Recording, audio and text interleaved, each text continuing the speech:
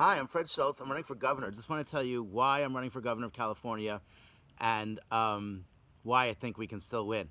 First of all, I am a lawyer. I went to Columbia for college and Georgetown for law school, and I'm even a Truman Scholar, which is like the American version of the Rhodes. When I won the Truman Scholarship, that was paid for by Congress. It was a large amount of money, tax-free, paying towards college and grad school. And I had to make a agreement to go into public service in return. And I was honored to, and I am honored to. And that's why I've been running for president for 20 years. Here you can see my Fred for Prez hashtag over there, no victim, no crime. But I did run for president for 20 years. I might again. But I tried to run in the recall Newsom election last time. They banned me from the ballot wrongfully, tricked me into not getting the paperwork done right, which I believe was because I'm Jewish, but might have been just because they wanted to protect the incumbent, or likely both. But anyway, we can go into that later, another time. That's not the issue. The issue is right now I am on the ballot, and I'm number 4 on the ballot, and I'm asking you to vote for me. I know it will take a miracle to win. I don't have any name recognition, and I never hooked up the donate button. I am against money in politics. That's not why I didn't hook up the donate button. I just didn't handle it yet. I'm going to do it in the next few minutes after I finish this video. Even if I just get a few $1,000s, we can maybe come out with a good ad to free Shamu and free the prisoners wrongfully in jail. So let's get into that. Yeah, I mean, first of all, I'm going to try to get this done in under 5 or 10 minutes. I know your time is precious, and I'll try not to bore you. I'll also try not to scream. I know sometimes I start screaming, and people say that that makes me hard to listen to. That's what my mom says. I'll do my best not to scream. Now, the general idea of why I'm running is, first of all, I realize it will take a miracle. I do have faith in God that God will help me help everybody. I'm not doing this to become rich or famous. I'm doing this to help people. If I win, I will only take a tiny salary, what the lowest earning taxpayer pays, which is $15,000. And I will not live in that mansion. I will move into a tent. I don't think it's right that Newsom lives in a mansion while the rest of us are struggling. Half the state is in poverty. Half the nation is in poverty.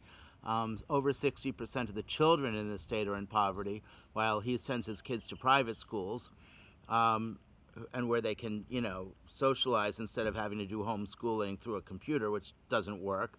I talked to all the kids who were in 9th or 10th grade. They said they were getting a 4th grade education at best on the computer, and they couldn't concentrate, and they got depressed being not with their friends and socializing, and that led a lot of them into being couch potatoes. And when they called them back to school a few months ago, they did go in for a few months, and then they realized that they preferred sitting home on the couch, and they had just turned into depressed people who couldn't handle school anymore.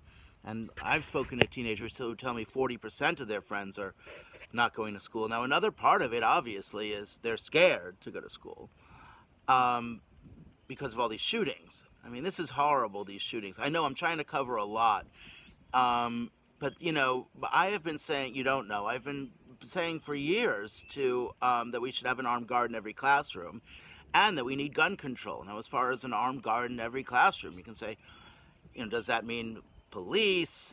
No, it can just mean an armed guard. And also, as I say, no victim, no crime. I've been saying that for my whole life.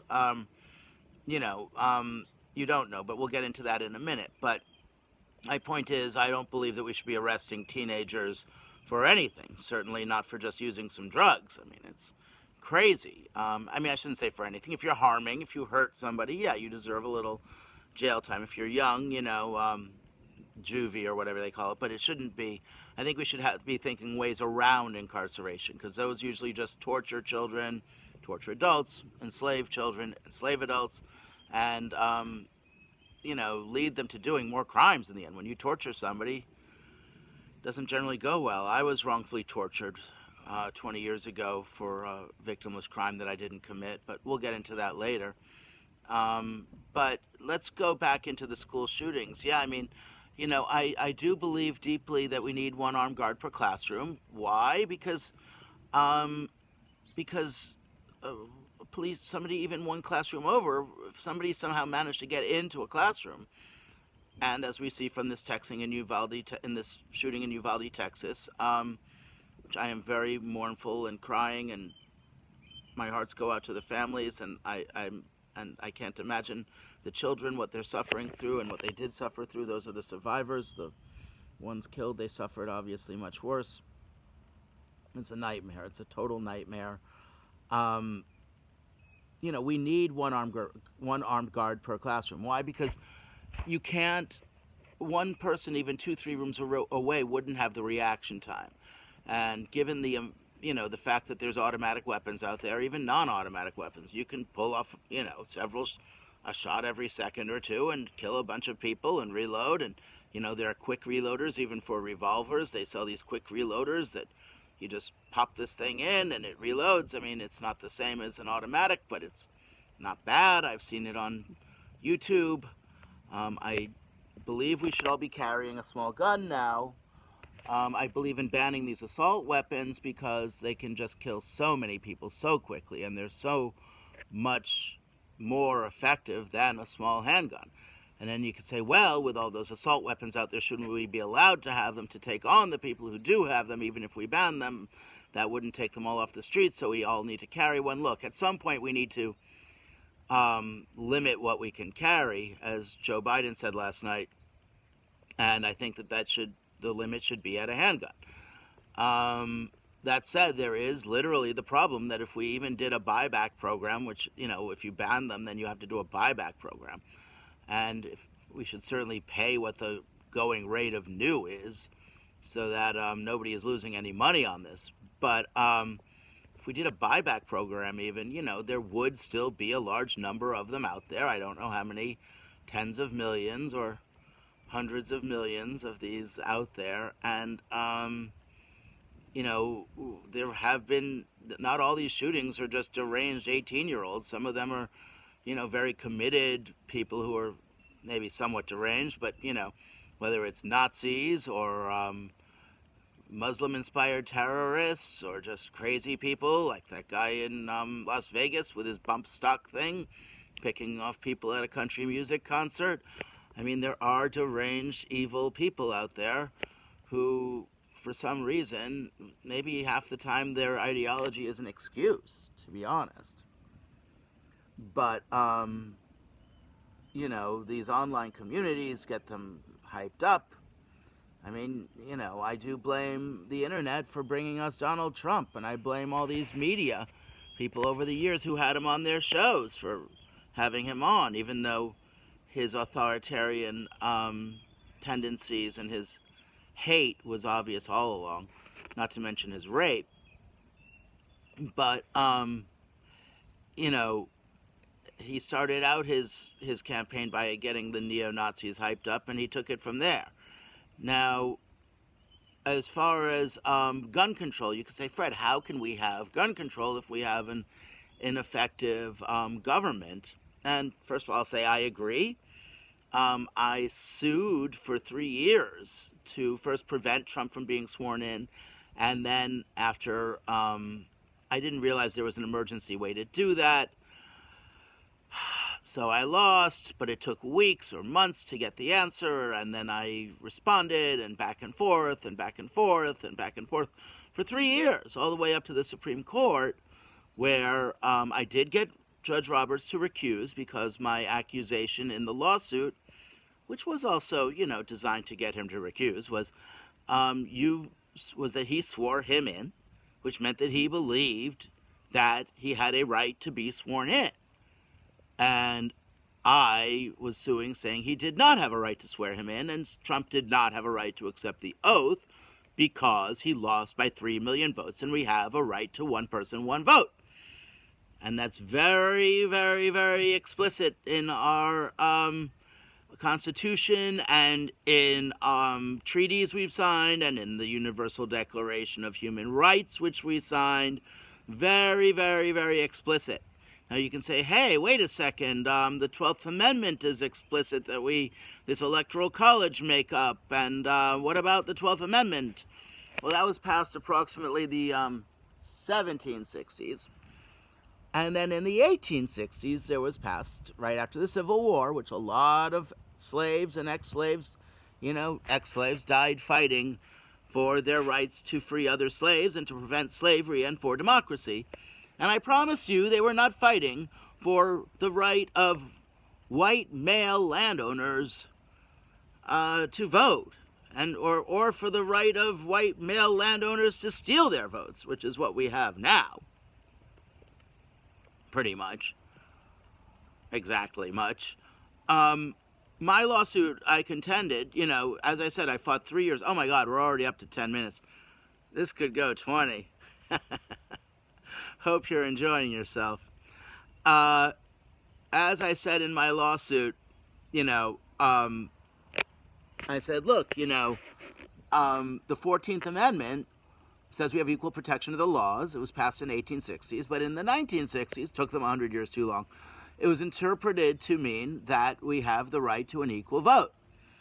The Supreme Court said that over and over. Reynolds v. Sims, and you don't know, but other cases I learned about. This was right after the Civil Rights Movement, and in the midst of the Civil Rights Movement, and in the midst of also rioting. The Civil Rights Movement, the peaceful side, was the part that was trying to prevent people from rioting, too. And also was believing that the way to our rights is not through rioting, because that'll just bring hell and high water down upon you, versus peaceful protest and civil disobedience, which is not violence, is the way to overcome our oppressors. Now, would I literally be taking a bat to the head? I certainly wouldn't be raising a bat back to the police, but I would certainly be wearing some body armor to not be beaten like that, and a helmet at least. They weren't even wearing helmets, for God's sake. They got their faces and mouths bashed in and their heads bashed in. Some were killed. Remember the 3 civil rights workers down in Mississippi, James Chaney, Andrew Goodman, and Mickey Schwerner. I heard their survivors speak at a service in St. John the Divine about 30 years ago. 33 years ago about. My God, time flies. Yeah, I was a senior at Columbia. I think it was the summer before my senior year, and I was spending that summer finishing a paper for Eric Foner, who I love. He was one of my favorite professors, and Dennis Dalton, who I love from Barnard, was one of my favorite professors. No offense to Eric Foner, but I probably preferred Dalton a little more just because he was so into Gandhi. It was all about Gandhi, Gandhi, Gandhi. Although Foner was so incredible. Oh my God, talking about how Reconstruction stole rights from black people that they had won in the Civil War, and Reconstruction was used by the white survivors to steal power back, to steal the rights of democracy in the end, and steal their, what they had been promised at one point was 40 acres and a mule for every slave who had been released. I mean, we'll get into reparations later. I don't believe in direct reparations, but the kind of government I support would end up giving people a lot more benefits. Well, let's get into that. I have always believed this no victim, no crime. Oh, by the way, so I lost my case up at the Supreme Court, so that meant that we don't have a right to democracy. Now, Joe Biden does not believe we have a right to one person, one vote, or at least he doesn't believe that under the current system we do. But the way I read the 14th Amendment, certainly, and not just me, I mean, I spoke to this, the most prominent constitutional law expert in America. He wrote an article I found while I was fighting my case, saying that we have a right to an equal vote because of the 12th Amendment. And I asked him, would you help me with this case? He steered me to a case that somebody else had fought and lost and dropped after losing at the district court level. But, he texted me saying, you're right, period. No judge will ever do what you're asking, period. Good luck, period. And I was like, well, they're not going to certainly do it unless I ask, so I'm asking, I'm fighting. And I lost, meaning that at least one to four of the judges on the quote left do not believe we have a right to an equal vote. They also don't believe we have the right to do to our own bodies as we wish, which is why we're in this mess with abortion.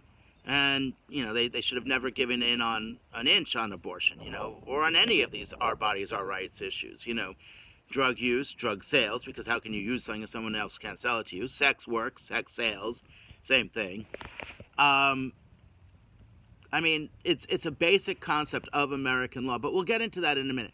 Biden, in his role as vice president, had the chance to throw out the election. Instead, he certified the election of Trump, showing he did not believe in our rights to one person, one vote, or at least not given the current Constitution.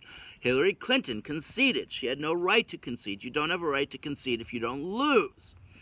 And as I said, many, many, many lawyers believe the 14th Amendment believes we have a right to an equal vote.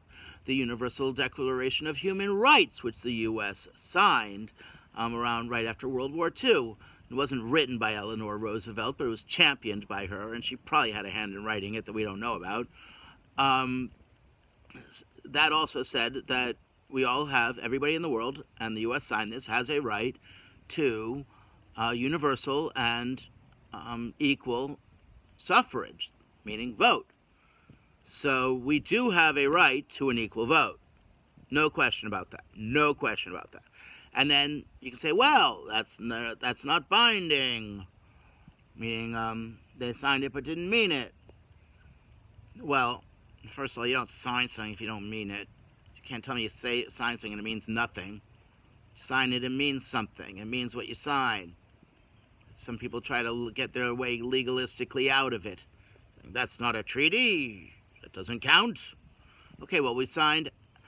There were two parts. The Universal Declaration of Human Rights had two parts. It had our political rights and civil rights, and the other part was our social rights, meaning rights to economic survival, rights to a job, that kind of thing.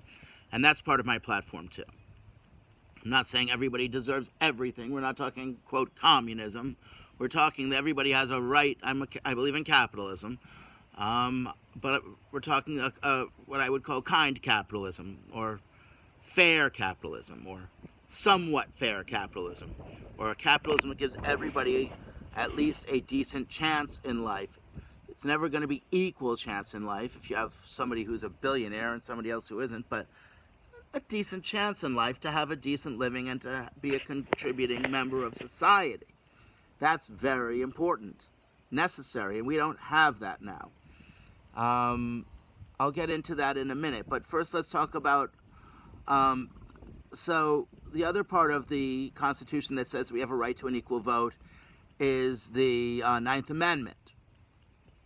The Ninth Amendment says that we have that this document should not be used to steal our otherwise human rights, in not so many words. So, and then we have Thomas Jefferson saying in his so you could say, well, when they wrote the Constitution, they didn't believe we have a right to an equal vote. They believed that only white male landowners did, and they certainly didn't believe that slaves or women had a right to vote.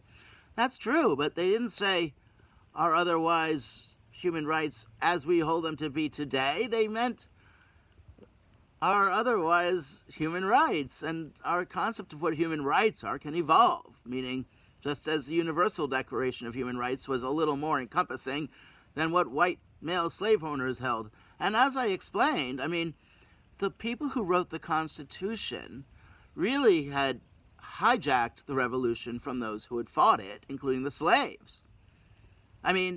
Slaves were not fighting for a dilution, i.e. stealing. Dilution of votes is a stealing of votes. Reynolds v. Sims said that. Baker v. Carr is another case. But these cases say that any dilution of the vote is a stealing of the vote. And these black slaves were not fighting so that only white male landowners could vote. They weren't fighting so that, this is ridiculous. This is ridiculous. In effect, the U.S. Revolution was hijacked by the slave owners. And we are living in the results of that. No question about it. And slavery in our jails is another result of that. Oh, wait, let's get to this. So The other thing that Thomas Jefferson said in his only book, he said two other things. He said, the legitimate powers of government extend to such acts only as are injurious to others. And in the next sentence, he said that means injury or robbery. And I agree with that. And in another sentence in that book, he said something like, the government doesn't have a right to tell us what we can put in our own bodies, what medicines or anything like that. I mean, he literally says that. You can look up the exact quote. He says, anyway, it's a little more florid, his language, but that's what he means. So, he was explicit. So then you have the Ninth Amendment. So granted, he wasn't part of writing the Constitution. He was in France. But you have the Ninth Amendment, which said, so his saying that shows that it was a well-understood principle certainly among those who fought the Constitution, but even among those who wrote it. If you want to get all hyper-technical, which you have no right to do, if people died fighting for a country, and then people go and change what it means, you don't get to go with what the people who changed what it means wrote about. You get to go with what the people who fought for it wrote about, and that's where we have the Ninth Amendment.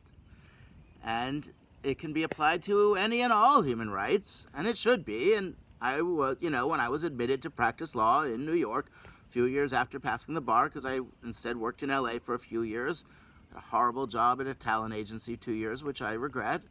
I was literally getting paid way under minimum wage. I worked it out to about $2.50 an hour for multimillionaires. I mean, that's not right. That's a form of slavery too. But literally in our jails, we literally have slaves right now. And we arrest about 10 million people in this country a year. In our state, they say we arrest about 360,000, but I'm sure it's more. But I've read the number 360,000 in this state of California. At any given moment in this state, I've read about 225,000 people in jail. It's hard to get the exact numbers, whether it's 125, 225. It's really hard to get a hold of the numbers because they try to hide them. They try to publish, incarceration rates and things like that. And it's very hard to calculate and to get a straight answer about. But it looks like we have about 225,000 people in our jails, mostly wrongfully jailed.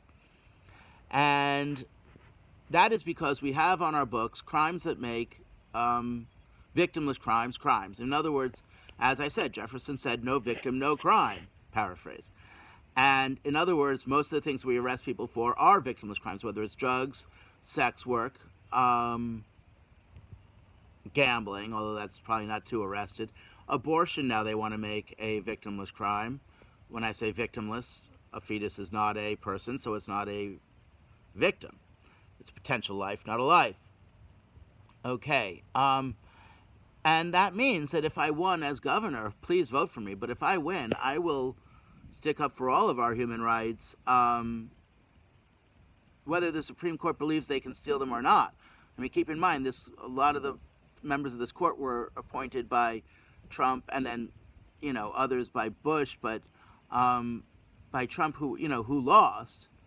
And then we have Bush, yes, Roberts and Alito were appointed by Bush during his second term, but he never would have had a second term if he hadn't had a first term and then done that horrible war, which I tried to fight against, peacefully prevent from happening, then peacefully end. We can get into that another time, too. But as far as no victim, no crime, I mean, we have... Oh, and then there's the DUI laws. I mean, our country arrests about 1.5 million of people a year for, quote, drinking alcohol and driving. And, you don't know, but, the New York Times 3 years ago did a study showing that even though these alcohol limits in the blood are set very, very, very low, meaning they snag a lot of innocent people who are not impaired. If you can handle your liquor, or you just have a strong constitution, then you can handle your liquor or beer or whatever, and then you are not impaired, and certainly not impaired enough to make you a danger. But the breathalyzers test people illegally, raise the rate of blood alcohol between 10 and 40%. Every machine they tested between 10 and 40% higher than the actual blood alcohol level. That's not okay. That means even according to their stupid bright line, they call it, law about a certain amount of alcohol, they were even breaking their own law, their own rule. And then they tortured me. I assure you, Nancy Pelosi's husband, who was in an accident and at .08, you see, that's the other problem, is some people can handle less than the legal limit even. But I assure you he was not tortured. Now, how do we handle this? That some people are not capable of driving with less alcohol than the legal limit. Others are capable of driving more than the legal limit. Then, of course, we have all these prescription drugs. We have these other illegal drugs that people are on. How do we handle that? We have people sleep deprived. How do we handle that? The sleep deprivation is a bigger problem than all the others combined, and you can't test for it given the current breathalyzer rules. Well, we could have, first of all, we could have I've fought for breathalyzers in every car for years, not connected to the police because there's no crime. Just breathalyzer attached to the ignition. That would work. Another thing we should have is they've just invented breathalyzer tests in, I believe, Sweden that can test for certain amounts of other drugs in you. Those we should have. But really, we could probably do without all of those things.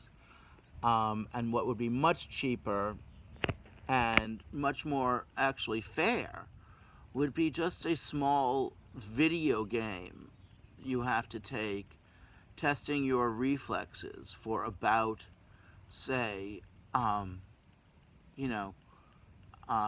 a 30-second test would be good enough for most people to test if their reflexes are good enough. And it wouldn't even have to be with a real steering wheel, although you could rig it up with a steering wheel, but that would be on the newer cars. But you could just have a little video game you have to play, and it would, it could cost all of $20 to have it hooked to the ignition, or maybe I'm wrong and it would cost $100, but, it wouldn't have to be that much money to attach a little video game to every ignition, a $5 video game. $20 if you want to go all fancy. But I remember those video games we had as kids. Those were good enough to test your abilities. They did torture me as they arrested me. They put the cuffs on too tight the first time. I was arrested twice, actually, 30 years ago. And neither time was I impaired. I wasn't accused of swerving or anything. I was going slightly above the speed limit, which was normal for me. I've chilled out a lot. But, they tortured me. They had the cuffs on so tight I was screaming in the back seat, and they were like, shut up, shut up, shut up, screaming at me till I shut up, but they weren't going to loosen them. And then I had, permanent nerve damage in my thumbs. I still have it. I mean, they tortured me. They torture a lot of people. I mean, people go to jail. The second they arrest you, they make you strip naked, bend over, spread your asshole, or if you're a woman, you're twat in your asshole so they can see if you're hiding anything inside of there. I mean, it's disgusting. That's called if somebody, captured you at gunpoint, made you strip your clothes, bend over, and spread your holes apart, in this country, that would be called a sexual assault. It is a sexual assault. But if it's police people doing it in the name of checking if you have a joint of marijuana in your twat, they call it, they call it just police work, they call it all in a day's work. So, we're dealing with very sick people who do sexual assaults in the name of, quote, law and order. It's like, Trump said January 6th was in the name of law and order. Well, let's get to that. I know it's taken me 29 minutes to get to this. You see, if we had a democracy in this country, then we wouldn't have the risk of these Republicans being able to steal the elections. They'd actually have to win an election if they wanted to. And I'm against this whole two-party system. That's why I'm running as an independent. I don't believe we have, it's very polarizing, and they pick views that, a lot of people hold some views on this side, some views on that side. I mean, these lockdowns I was very against, and then people on the TV were saying that made me a Republican. No.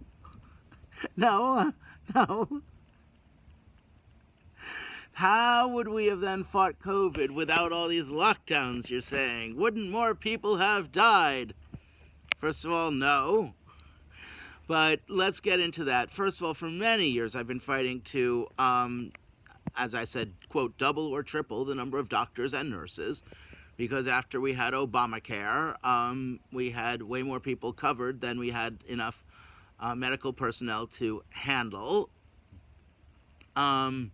The other problem with Obamacare is it leaves in the middlemen, it leaves in those people, the insurance companies and the hospital administrators, who end up, making millions off the backs of the doctors and nurses and orderlies, the people who scrub the toilets and clean up piles of blood and urine and crap and diarrhea and everything else that happens, or guts, whatever they find on the floor when somebody explodes or something.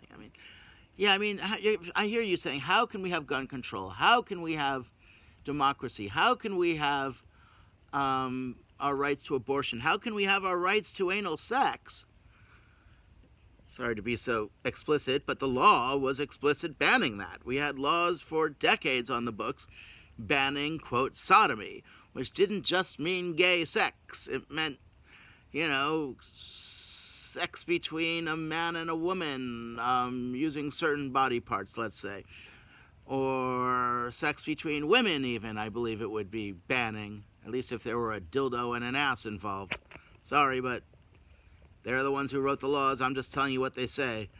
And then you can say, well, how would anybody ever know? Well, first of all, pornos, but besides that, the cases that came to light were because in the South, the police got word that there were some gay people in this town, and they literally looked through the slats of the blinds of their homes until they caught them having gay sex and, or as they would say, sodomy. And, accuse them of sodomy. And that's how these laws made it all the way up through the Supreme Court. And during my first time running for president, 21 years ago, it was part of my platform was we're going to legalize drugs, prostitution, gambling, public nudity, and sodomy. Now, granted, I'm not as up on legalizing public nudity anymore, although free the nipple, I'm all down with that. But I understand that a lot of people would be just, including me. But there is some. The public would never go for seeing all these naked men walking around with their things flapping around. It's just not going to happen. So I'm leaving that out. But let's get back to this issue of democracy. What could I do? First of all, I'm anti-slavery, and I believe that these current drug laws and these current victimless crimes laws, which are illegal, and I am sworn to uphold the Constitution as a lawyer, and as governor, I would be sworn to uphold, will be, not would, will be sworn to uphold the Constitution. These laws, are unconstitutional and illegal, but so what would I do? I would pardon most people in jail.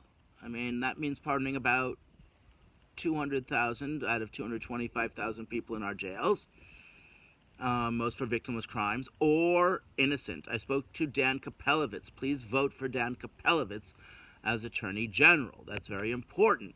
He will sue for our rights to an equal vote. It's not the governor who would get to sue for our rights to an equal vote. It would be Dan Capelevitz, the Attorney General. Newsom had a chance to appoint an Attorney General who did not sue for our rights to an equal vote. Let's be clear about that. Newsom had a chance to appoint an Attorney General who did not sue for our rights to an equal vote. He appointed Rob Bonta. And Rob Bonta did not sue. He's had 13 months. He did not sue for the rights of the California citizens to have an equal vote. Now, people in California who vote, our vote overall counts about 1/3 to 1/2 of that of people in other states. Of course, if you vote for the losing candidate, your vote is totally thrown out in every state except for the smallest two. That's also a crime. Now, overall, in that 2016 election, which I voted for Clinton, reluctantly, but way better than that evil Trump, Nazi Trump, was Putin's puppet. He came out and said that. He supported Putin in this mass murder in Ukraine. And, my hearts go out to these people. I believe we have to help them all we can, but I don't believe we should be sending troops right now. But I do believe we should help them all we can. But we should have done a lot more to prevent this, and could have done a lot more to prevent this invasion. And I'm very angry about that we did not admit them to NATO and did not push for them to be admitted to NATO the second they wanted to be. That would have prevented all of this. And we should know that. Also, Biden had at least a year to jack them up with arms. He did not. Okay, he did a little, not a lot. The fact that they're having to get so many more arms in there now shows they didn't do enough, and they should have known that. They knew that. They knew that they were still yielding air superiority to the Russians. That was well known. And the Ukrainians have done pretty amazing, taking them down with these, anti-aircraft guns and everything. But they don't even have they don't even have their own air force. Not yet. I mean, it's horrible. It's horrible what they've been going through. These people being tortured, raped, murdered every day. Trump supported that, and don't forget it. Trump supported that, and don't forget it. Now, as far as democracy, well, what could I do? As I said, please vote for Dan Kopelovitz for Attorney General, because he will sue. But they're not going to win, given the current makeup of the Supreme Court, unless Biden packs the court. And he must do that. He should have done that. Just like when he said after the abortion case was leaked, he said, oh, well, now you have to go to the polls. Yes, but we live in what's supposed to be a constitutional democracy. As I said, we're not a democracy yet because we don't have one person, one vote yet. But we're also not, the constitutional side of it means that we're supposed to have, our rights are not supposed to be up for a vote. Our human rights, as spelled out in the Bill of Rights, are, including the Ninth Amendment, which says all other human rights are covered by this Constitution, are supposed to be not up for a vote, meaning our right not to be enslaved if we haven't hurt anyone or robbed anyone. Actually, the Universal Declaration of Human Rights says no slavery for any reason. So the answer would be not forcing people to work after they're arrested. And the ideal answer would be alternatives to jail, but some people are so dangerous, we're going to have jails. There's just no way around that, I don't think. But they certainly, in the Universal Declaration of Human Rights, says no slavery, and I agree with that. In this reparations bill that they're proposing in California, they said that their suggestion is paying people who do work in jail. Okay, but how about not forcing anyone to work? And if they do choose to work, then they earn the minimum wage. That would be fine. And the minimum wage should be a living wage. I've been fighting for 20 years to make the minimum wage $20 an hour. And for the last 5 years or so, I've also fought for 4-day work week and making that, instead of 9 to 5, 10 to 4, so people have more time to themselves and their lives. So that'd be a 24-hour work week. So you can say, well, how could we pay for, what are these things I want to do? I want, I want free or affordable housing for people. I want free or affordable little tiny trailers for people, for the homeless. We could build those in months, enough trailers for all the homeless in the country for less than they spend. They spent $14 billion, Newsom did, on homeless, quote, services for only 140,000 people. They say there's only 500,000 homeless people in this country and 140,000, 150,000 in this state, and I'm sure they're lying. So, as far as human rights goes, I mean, look, we have human rights to not live and die on the streets. We have the human rights to a basic income. This is what Thomas Paine and our revolutionary, Thomas Paine proposed it in his pamphlets. This is what our revolutionary fighters were fighting for. I mean, on a basic level, when in his book Common Sense, Thomas Paine said, he signed it Common Sense. I think it was his book Common Sense. Yeah, he said that when we win this war against the British, if we win, when we win, we will all be rich. by having thrown the British off our backs. Now, that is really a promise that all Americans be rich. And he was certainly fighting for the, quote, rights of man, he said in his book, Rights of Man, that Americans are fighting for the rights of all people. And we want to both be an inspiration and an example. But, when you're the richest country in the world, you also have a responsibility to help all people in the world. And let's talk COVID and lockdowns and all of that. So what should we have done instead of lockdowns? Well, first of all, as I said, I was pushing for multiples the number of doctors and nurses. That would have prevented the hospitals from being overwhelmed. Second of all, for many years, I've been fighting to feed the whole world. And that is crucial. But, and feeding them, healthy food, meaning organic, produce and some wild fish and vitamins. None of this like this denatured wheat they're selling that they use glyphosate called Roundup to grow, and the fact that it gives people the gardeners who use it, cancer and kills them, should say it all. That it's just going to give us cancer to take a little longer. And it, quote, denatures the wheat. You got to read Dr. Robert Lustig's book, Metabolical, and also Dr. Mark Hyman's book, Food, What the Heck Should I Eat? And at my hashtag Fred4CA, Fred for California, woo! My hashtag Fred for California, I have a lot of links to videos by Dr. Lustig, Dr. Hyman, Dr. Andrew Weil, who's a god, as Dr. Mark Hyman and Robert Lustig are, Dr. S.C. Malhotra, who I love. These doctors are incredible. So what should we have done instead of lockdowns? Well, from the very beginning, I was saying if you eat healthy and exercise daily, but stick to a diet of mostly vegetables, some fruit, no added sugar, no added alcohol, that you will survive COVID. Now, and I was right. And all these doctors I was listening to, like Dr. S.C. Malhotra, Dr. Robert Lustig, Dr. Andrew Weil, Dr. Mark Hyman, they all say this. Now, did a few of them give in on this issue of masks and distancing? Well, yes. I mean, the problem is in this country, I don't believe in. Lustig went along with Newsom's mandates of, locking us down. I do not and did not, and I'll tell you why. Number one, well, he should have and could have stockpiled enough N95 masks for everyone. He certainly did have enough N95 masks stockpiled, I would hope, I would think, or at least he could have, commissioned them from the hospitals and just said, look, every healthcare worker gets one a week, but we need to really distribute these to the old people and the fat people the most. It's not just fat people, as Dr. Lustig explains. That's more of like an indicator. You have a lot of people who are tofi. You can say, oh, well, all these healthy people died of COVID, Fred. No, they just looked healthy.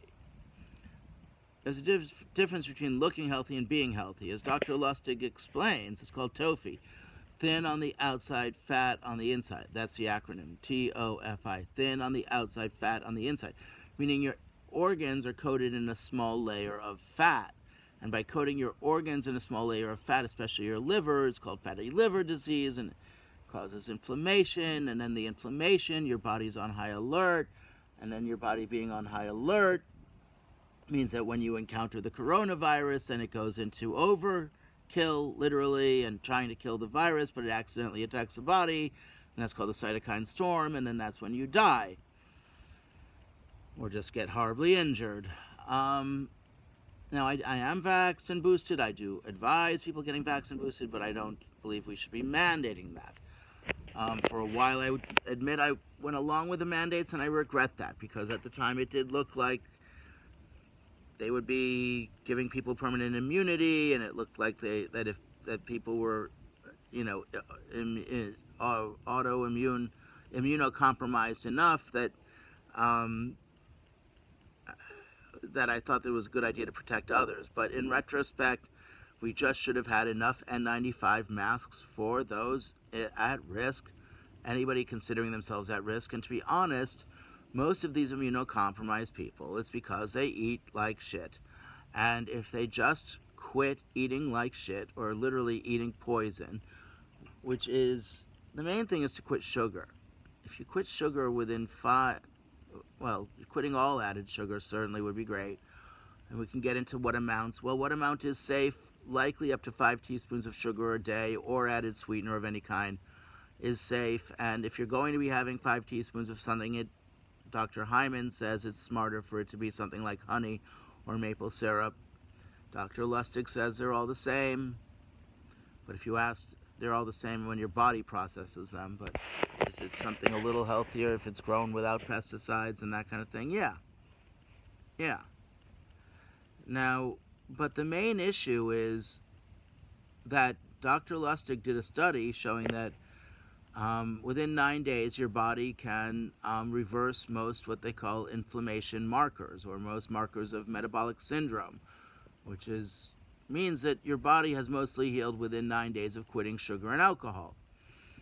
Gavin Newsom didn't tell you that. Dr. Fauci didn't tell you that, because Gavin Newsom made millions of dollars selling his alcohol, selling his poison. And he kept, he went to some big, when he was banning other restaurants from being open, he was out at, a fancy $10,000 a plate dinner for him at the most expensive one of the most expensive restaurants in the world. I think it's called the French Laundry. I mean, how do you have people on the streets as the governor and have a $10,000 plate dinner at the most expensive restaurant in the world when you can buy a piece of fish, for $5, even giving these exorbitant prices now, $6, $7 for a piece of fish for dinner. And, they all said, oh, we'll just lock down for 3 months. 3 weeks it was first. They were lying. It was obvious from the very beginning that this disease was transmitted by the air. It was obvious that there was no way not to get it. It was obvious to me that the only way to prevent injury was to boost up your body, which means, quitting sugar, quitting alcohol, quitting processed food because of the chemicals are weakening you. And yes, quitting even foods that are grown using these pesticides, and yes, quitting foods that are packaged in plastic, especially liquids and especially fatty liquids, or even after they're in a refrigerator, unfatty, fats that aren't liquids anymore but congealed solids, because they suck the poisons out of the plastic. You can say, oh, well, Fred, they don't have BPA. Bleh. Look, they're finding that these new plastics that they replace them with are just as dangerous as the old plastics. And that gets us to the issue of banning plastics. Boy, I'm going to have to come up with a little summary version of all this. I realize I'm going up to 48 minutes now. A little longer than I intended. It's going to take a little time to upload this puppy. Okay, let's see what we had here. Did I say... Oh, yeah. We're going to have to ban most plastic because the oceans are filling up with plastic. And if you go and jog on the beach like I do daily because I need to exercise, because, see, the way I know all about how to heal your body and prevent autoimmune diseases, because I suffer an autoimmune condition. I've learned to heal it through proper diet and exercise, which also means I have to go in the ocean every day because I have a skin problem. But if I go in the ocean every day and eat properly, meaning mostly vegetables, some fish, and no processed food, and vitamins every day, including especially fish oil, vitamin D, etc., multivitamin, CoQ10, vitamin C. When I say vitamin D, I mean I'm taking like 10 pills of vitamin D a day. By the way, boy, nice by the way to throw out at 49 minutes and 20 seconds into your video, but there is a doctor in Israel, Dr. something Cohen, forgot his last name, but he does an interview with a British interviewer about vitamin D. He's talking, and how in Israel he prescribed all of his patients large amounts of vitamin D, about 10 pills a day, about, what is that, 10,000 IU, whatever, I guess that means micrograms. Anyway, so yeah, he prescribed his patients 10,000 IU a day approximately, and all of his patients who stuck by that protocol, as they call it, stuck by that level of vitamin D, not one landed in the hospital with COVID. Now, he also did, though, have, you see, I didn't tell you, I got COVID pretty early on, and then I believe I had it twice more. I was going to these anti-lockdown rallies, and I certainly had a tiny cold for a day twice afterwards, and it might have been COVID. The only reason I say it was COVID was because I never get sick, and I got sick for a day each after that. And then I certainly had Delta, although I was never tested for COVID. I was tested for antibodies after the first time I believe I had COVID, and said it was inconclusive. But in my mind, inconclusive is a yes, and they said inconclusive is a no. Whatever. I'm pretty damn sure I had it. I'm sure with more modern tests it would have shown I had it. But that's not the point. The point is, Newsom had no right to lock us all down, that you can reverse metabolic syndrome enough to survive COVID within 9 days. You didn't just have to lose the belly. And the proof that, in the end, that it's our American diet that's killing us. By the way, when you talk about drug laws, I just want to make one more point about our drug laws. Our drug laws, the issue is, look, I mean, you can say, oh my God, they harm people, Fred. I mean, yes, they do cause about 100,000 deaths a year, and we could prevent that mostly by legalizing drugs. You say, Fred, what are you talking about? We could prevent that by legalizing drugs. Look, drugs have been used, especially alcohol, by Europeans, but other drugs by people in other parts of the world. I mean, for God's sake, marijuana has been used by people all over the world through all of human history. They found this mummy, a mummified woman in Siberia called the Ice Princess, who was buried with marijuana. By the way, she was from a female-dominated society where to be admitted to the tribe, you had to first kill a male of the opposing tribe, which I don't recommend. Anyway, that's just an aside. I'm very anti-violence. Oh, but as far as this issue of gun control goes, how can we have democracy? How can we have gun control? What could I do as governor to promote gun control? I'm not running for attorney general, and he could sue, and he's not going to win unless Biden packs the court, and Biden hasn't packed the court yet. And he better, or we're not going to have a democracy, and then we're soon going to have another Republican coup, but they're engineering this time to do it without violence, just by stealing our rights to vote, which is why I did 4 hunger strikes, one for a week, third for 24 days, fourth for another week. First was in support of Joe Madison's hunger strike, because I wanted to turn his into a rolling hunger strike so that he wouldn't die. But what was I saying? What I could do to make our country a democracy. And boy, I better record a shorter video just on this issue, because to take 53 minutes to get to the one thing I could do to make our country better in 2 seconds. And I know this is going to sound crazy, but I'm sorry. Just hear me out for a minute. People are stealing our votes. Because I voted for Clinton, those of us who voted in 2016, in general, well, our votes counted 2/3 as much as those who voted for Trump. In other words, people who voted for Trump, another way to do the math, votes counted 50% more than those who voted for Clinton. That is a crime. That is literally a crime. That is giving the vote to land, not people, and to land owners or people who live in less populous states, not people. And that is not American. That is some dystopian landowner, capitalistic, what's the word? Dystopia, where only landowners get to vote. Oh, like the original framers of the Constitution who stole the revolution from the revolutionaries, who many of whom were slaves, black slaves, who certainly believed in one person, one vote, whether you own any land or not. And they certainly believed in their rights not to be arrested for no crime, like Jefferson did, like all Americans did. I mean, some drugs were illegal in other countries, not in America for the first 150 years. And when they did write it into the law, how did they first do it? Marijuana Tax Act because they didn't believe. They knew that they had no right to make any drug illegal. You could say, Fred, what about sex work? Wasn't that illegal? First of all, as I said, we have the rights to do our own bodies as we wish, and we also have the rights to our human rights as understood by us today. And what would that mean? That would mean as understood, yes, by the judges, but also if I'm governor and I notice some judges are appointed by a president are only appointed by presidents who lost and only sworn in by a Senate which steals our rights to an equal vote, do you think that I'm going to uphold when they are upholding laws that steal our rights to an equal vote and that steal our rights to freedom if we haven't hurt anyone and that steal our rights to a fair trial? No. No.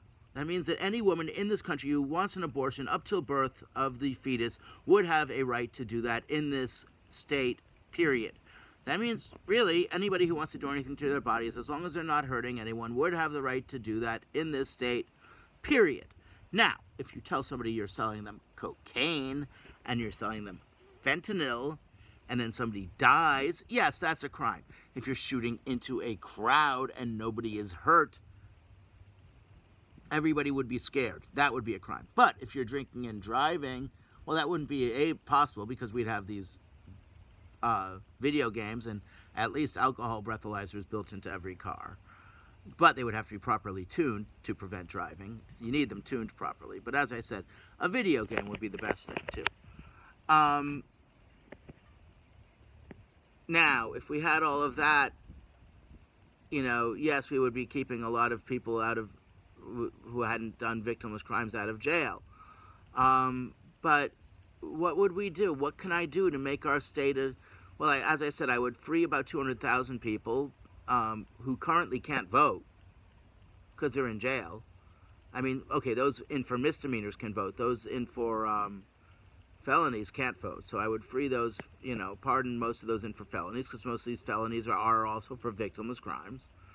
Now, you can say, Fred, how do you know that sex work was illegal when our country started? As I said, not that it's relevant. What's relevant is our view of human rights today. And I might add that Amnesty International has come out for the rights of sex workers not to be arrested or harassed. Amnesty International has come out against the Swedish or Scandinavian, quote, model, which is arresting those who seek to buy sex, but they certainly harass and persecute and prosecute, well, not prosecute, but persecute women or men who are selling their bodies. And by the way, don't forget, a lot of these people who are selling their bodies are sex workers, are trans people too. I am very pro-trans rights, very, very pro-trans rights and equality, and that means first and foremost, not arresting trans or any people who are selling their bodies for sex or buying it, by the way, maybe you don't know. I mean, people should be allowed to have sex, and if the only way they can get sex, is to pay somebody some money, then that's fine. I mean, we have it in our Universal Declaration of Human Rights that we have a right to procreation. So, that means that you have to be allowed to pay somebody for sex if you're not procreating otherwise, certainly. And yes, I do want to someday start selling my sperm and creating a way that people can have either selling their sperm or having sex with people to have more babies. I want to help people do that a lot. I believe that a lot of people who want children can't have them, and that's an important service I could provide to the world. And also, I'm very angry about how Hitler wiped out so many Jews, so I definitely want to have a program to increase Jewish breeding, and whether that's men or women or both. And yes, there's modern, the last 1,000 years of Jewish law says that only children of Jewish mothers are Jews, however, the reform and conservative movements and reconstructionist and renewal movements of Judaism have always said that either side, going back to the ancient law, either side, whether your parent is either side Jewish, as long as you consider yourself Jewish, then you are Jewish. Many years ago, I did help to start the Academy for Jewish Religion of California, which is a very progressive seminary in LA. They just had their about 20th or 21st ordination. It was 18th the other day. We started it 22 years ago. I donated most of the money to start it about 23 or 24 years ago. when I was making a lot of money trading stocks, thank God. I had been up and down a few times, and I decided that and I had donated a lot the first and second times before losing most of it, and then had rallied back from being down and won. Wow, we're up to over an hour now, my God, and come back. So I do believe in miracles, and so I started donating when I was at my peak, and I kept donating as things were falling more and more and more, and I didn't know how much I was going to owe in taxes, and I thought I owed more than I had, and I was wrong about that. I owed way less, but I did start. It was very important to me to start this rabbinical school, and I really didn't know what I owed in taxes. It was just a big question mark, but I had no idea. But I did consider it very important to start this rabbinical school. It has a lot of, more than half the students have always been women, more than half the teachers, I believe, have always been women, more than half the administrators, I believe, have always been women.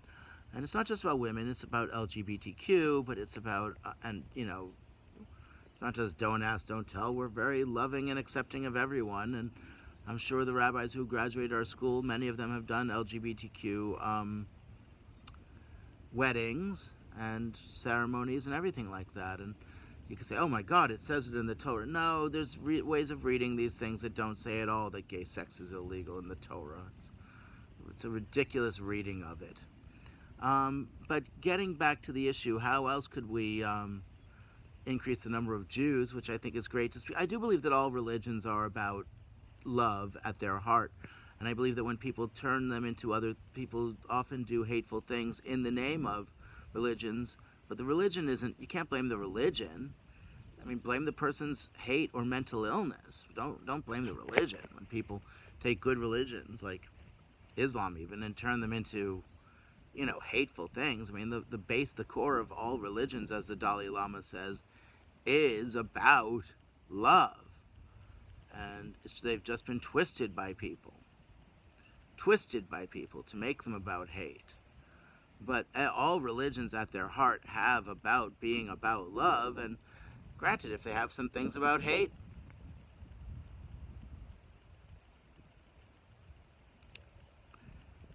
do the love, not the hate. Come on, people. It's the only way we're going to survive is to, as the Dalai Lama says, recognize that we're all in this together. And that the only reason that God puts us on this earth, and the only reason God lets us live, is to help others. Like that woman who has extreme autism, graduating a few weeks ago from a college in Florida, quoted Fred Rogers, who I guess had gone to her college. I can't remember the name of it. And his quote had been something like, we must be of service. Be of service. Well, yes, I mean, that's, I believe, the only reason why God puts us on this earth is to be of service. That's why I'm running for office now, is to be of service. I certainly believe this. And I've almost died, sadly, many times. And I deeply believe the only reason God put us on this earth is to be of service.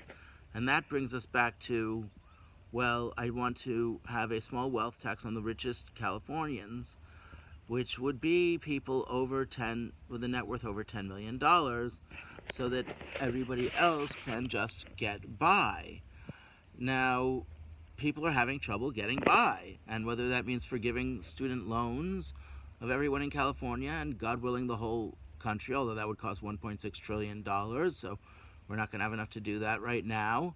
The net worth of everybody in our state combined, I read, is $6 trillion, but that number could be way off. It could be 10, 20, 30 trillion for all we know. I'm not kidding. These numbers are just vague estimates. People don't know.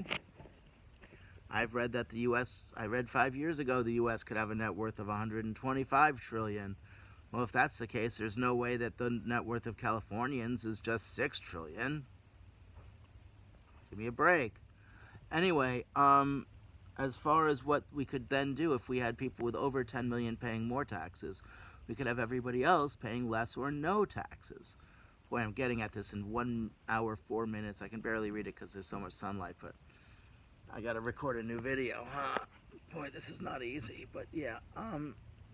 1 hour, and yes, we should be lowering the taxes on everyone else. It's not higher taxes or lower taxes, which is how they always tried to make out the argument, this Howard or Harold Jarvis or whatever his name is. No tax revolution. Look, the only way we're going to pay for our human rights, including roads, or you could say our basic modern necessities, like roads, like schools, all these things, is to have taxes. And our schools are suffering, yes, because we don't spend equal on every student. I've said all along, we have to at least spend equal on every student. And at least it has to be, you might have to spend a little more in some neighborhoods so that some teachers can afford to live in the neighborhood they teach in, or firemen. But in general, I mean, I heard that the firemen, I spoke to some of the lifeguards here, and they told me that, you know, they earn under $20,000 a year. And I mean, that's just, first of all, they're only working part of the year, which is not right. I mean, that's just not right, because, you know, we have, granted it gets a little cold in the winter, but some people wear a wetsuit. I don't. I need to go in because otherwise my skin cracks and bleeds. But, although with my diet now, it's been better. But my point is, I mean, I've healed without going in the ocean that much. But my point is, we need lifeguards year-round because people like to swim year-round. People need the exercise and people need the healing year-round. If people can't go in the ocean, then their bodies start to decompose. I deeply believe that a major way of fighting autoimmune conditions is not just diet and exercise, but going in the ocean or having saltwater baths. I believe that what goes on is it sucks the poisons out of your body. I'm not kidding. You know, your skin is your biggest organ, and you're soaking in salt water, and somehow it pulls the poisons out of your body. By the way, another way of cleansing the poisons out of your body is doing intermittent fasting, or more than that. Fast for a day, 2, 3. As I said, I did 3 7-day fasts and 1 24-day fast. You're not going to die. Well, it depends on how much fat you have on you. As long as you have some fat on you, you're not going to die. If you start to watch Dr. Jason Fung's videos, he says if you start to vomit, then you know that you have a problem. You should be drinking electrolytes, but no sugar. Dr. Eric Berg, who I've just started to watch a little more on YouTube. I love his little whiteboard. He talks about drinking electrolytes to keep your potassium level up. Boy, do I wish I had seen his video before, but I did start puking 24 days in, and then I had a test done the day before, which the results came out back after, and showed that my potassium was very low. Not near death, but way below the minimum you're supposed to have in your body. Anyway, so what was I saying? What could I do to make this state a democracy? I forgot. Well, besides freeing the 200,000 wrongfully in prison, pardoning about 10 million so they can have their lives back and work. And by the way, I speak to, you know, business owners all the time who tell me that they can't, you know, find enough people to work. So by pardoning 10 million people, they could then work. My point is, having a criminal record means that nobody's going to hire them anyway. So, you know, pardon them if they say that they, you know, broke into a house 30 years ago and have a felony conviction, and, you know, that's on their record, that ruins their lives. Somebody called me yesterday out of the blue asking me, you know, that exact question. He said, I did a burglary on a guy's house 30 years ago. I still have it on my record. He said he broke into the attorney for the state's house. So that doesn't go. I'm laughing. Look, please don't break into houses, people. But, you know, Newsom made people poor. He increased the crime. By the main things that they do to increase the crime is these drug laws cause most of the crime. By making drugs illegal, you increase the price. By increasing the price and also not giving people alternatives like guaranteed basic income, guaranteed jobs, good jobs for people. Oh, as I said, basic income of $25,000. So say that you're earning $10,000, $15,000, $20,000, you'll get $5,000, $10,000, $15,000 from the state to make it so you survive. We would want tiny little trailers for everyone that we could pay for with $4,000, $5,000 each. They wouldn't have plumbing. You'd have to take a crap into a plastic bag, and then we would have to, and then what would we do with all this plastic? Oh yeah, I didn't finish. Well, first of all, how could we have all these trailers? Would there be any place to park them? Well, we'd have to build structures to park them in, because there's currently no parking in a lot of neighborhoods. And if, especially in areas where there's not enough parking, we'd have to have concrete structures. But even in areas with parking, we'd have to build some concrete structures. It's only right, if people, because you don't want to clog up all the parking. Now, would we be allowed to clog up, some of the parking? As long as there's enough space for everyone else, sure. I mean, that's fine. It all comes down, or should there be certain days where certain areas where you can't park there because, like if you're on a beach and everybody needs it, I mean, fine, but you need to nearby build all these concrete structures, huge, twisty concrete structures could hold thousands. We could have them being skyscrapers, and it would be necessary to have skyscrapers. I mean, to house, I'm sorry, it's not 500,000. It's probably 1 million, 2 million, 3 million, 4 million, 5 million, 10 million people in this country, and the federal government is not taking care of it. In the meantime, we have 1/4 of the nation's billionaires, but the richest billionaires in our state. We have probably the world's richest billionaires. Now, what would be the percentage of the tax that we would be charging? What I have in my head is 3% over 10 million. So you get your first 10 million free and clear. If you had a net worth of 11 million, you would owe 30,000 of that a year.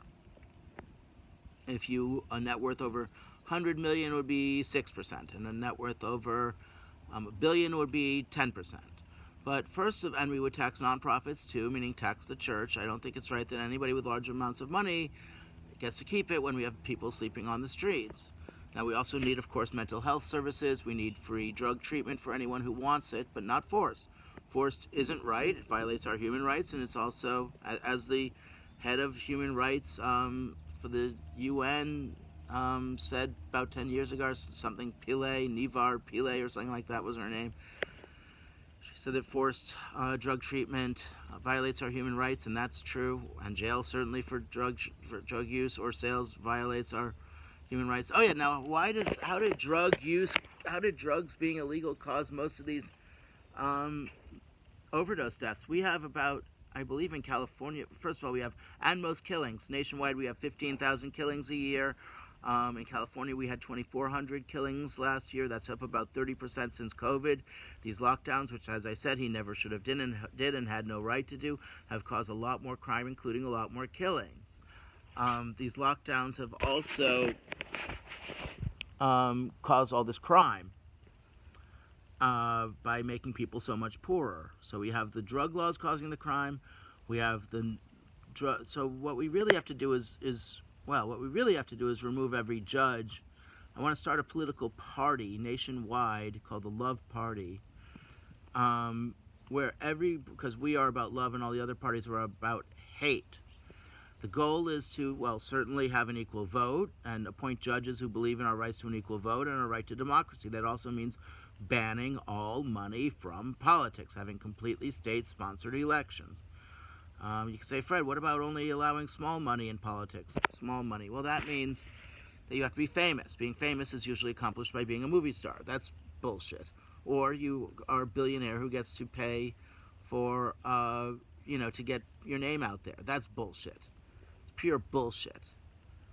And then also, of course, the airwaves being sold to the highest bidder, where then we are being indoctrinated by the people with the money to pay for the advertisements, not just in their ads, but in the programming they shove down our throats. And granted, I love some shows. My friend Jeff Rake, I love his show Manifest. It's incredible. I haven't watched the X-Files in many years, but I love that. I love... I was loving the news on MSNBC, although I was very angry about their pro-lockdown stance. I felt that the answer to any question should never be, oh, we're going to make the whole world poor. Now, first of all, what am I going to do to make our state a democracy? Boy, I'm taking an hour and 14 minutes into this. I'm going to have to record a 1-minute video just about this, huh? But yeah, I think that what we have to start doing is getting serious about one person, one vote, serious about victimless crimes laws, serious about, so as far as, I'll get back to we have to remove every judge, first of all. We have to I can't do that but a political party with enough power could remove every judge, because our current judges, and replace them with ones who believe we have the right to one person, one vote, believe that nobody has the right to have money involved with politics, because that's called not democracy. I mean, it's a universal declaration of human rights. We have the right to equal access to office.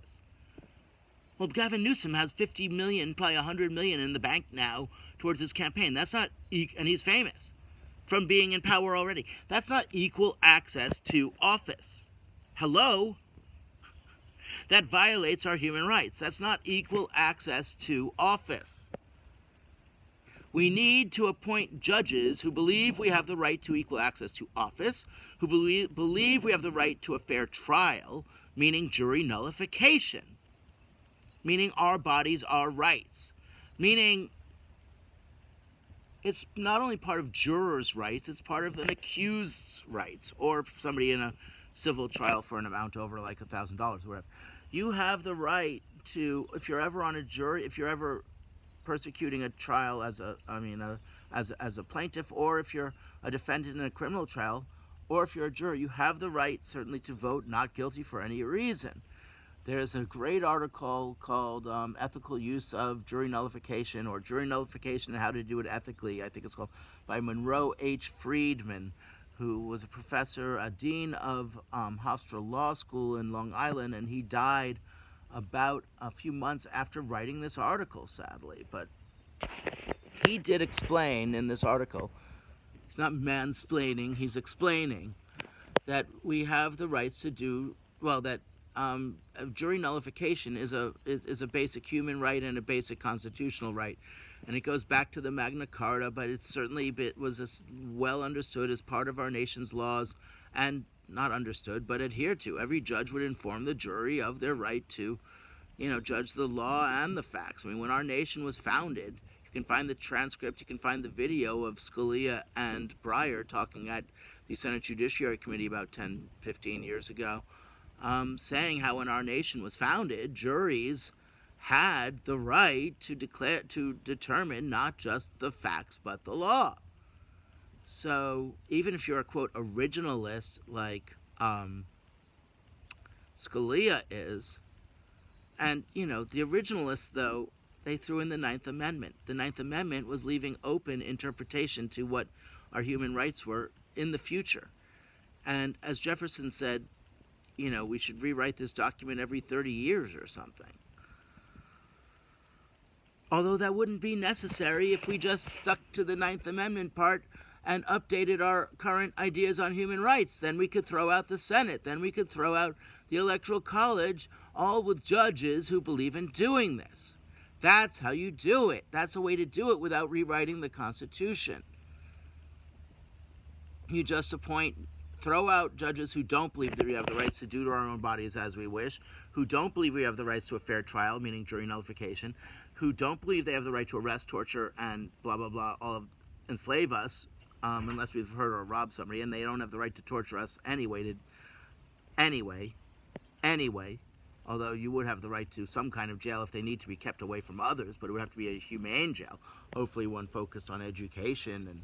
And by the way, when I said free college, I didn't just mean free college. I mean free trade school, too. I realize a lot of people don't want college. A lot of people, it's just not what they want to do in life. And, free trade school. I mean, for a lot of people, that would mean free coding school. My website was a mess because I paid people to do my website, and my God, did they mess it up. It was bad for a week. And then I just took matters into my own hands and did it myself with GoDaddy. Should have done that earlier. I still don't like their templates at all, but it's better than what those other people did. Anyway, so what could I do? Boy, we're up to almost an hour and 19 minutes. What could I do as governor to make our state a democracy, besides freeing those wrongfully imprisoned and besides pardoning about 10 million people? What could I do? Oh, by the way, I also believe in immigration, strong believer in immigration. I believe we should triple legal immigration from 1 million to 3 million, but stop illegal immigration. And if we had 3 million coming in, we could certainly handle that. We have, 330 million people in this country. We can handle about 1% immigration. But as far as how we can make this state a democracy, make this country a democracy overnight. I think every governor, and certainly I would start doing this, has to start arresting those people who are involved, those people who steal our rights to an equal vote. Well, who is that? You know, I mean, that would be honoring our oath to uphold the Constitution, would be arresting people who are stealing our rights to an equal vote, and arresting people or just banning people from having, like, you know, fees to run. Like, I had to pay $4,200 the first time, and then they stole that money and didn't let me run. This next time it was $4,400. And they tricked me into not getting on the ballot even. The woman, why do I say she was anti-Jewish? In my name and above her name, she wrote umlauts. Our names don't have umlauts. She said, oh, you're German? I said, well, She said, I'm German and he's German, pointing to her boss. And I said, well, German Jewish. Smiles went away from their faces pretty quick. Yes, I'm sure there was anti-Jewish hatred. I'm sure there was anti-quote lefty hatred, although I'm certainly no lefty. As Leonard Cohen says in his incredible song, Democracy is Coming to the USA, I'm neither left nor right. I'm just staying home tonight, getting lost in this hopeless little screen. But I'm holding out hope. Anyway, I don't remember the exact, I gotta learn it. I am holding out hope we can make America a democracy. How can we do that? By arresting those who are stealing our rights to democracy. Who is that?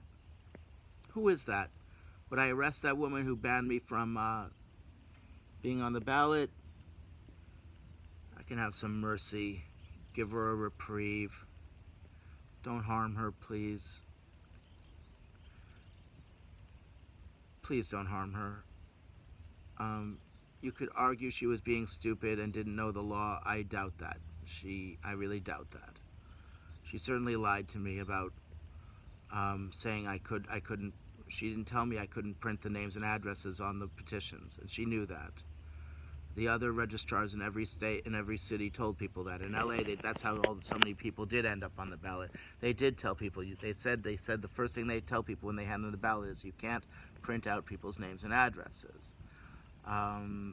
But then also they have this rule that they enforce that they have to be able to read the names and addresses, that I'm not allowed to write it in the margin. I wrote it in the margin on a few, and then I went to talk to the person at the registrar's office whose job it was to approve them, and she said that I'm not allowed to write it in the margin, that they wouldn't look at it if I wrote it in the margin.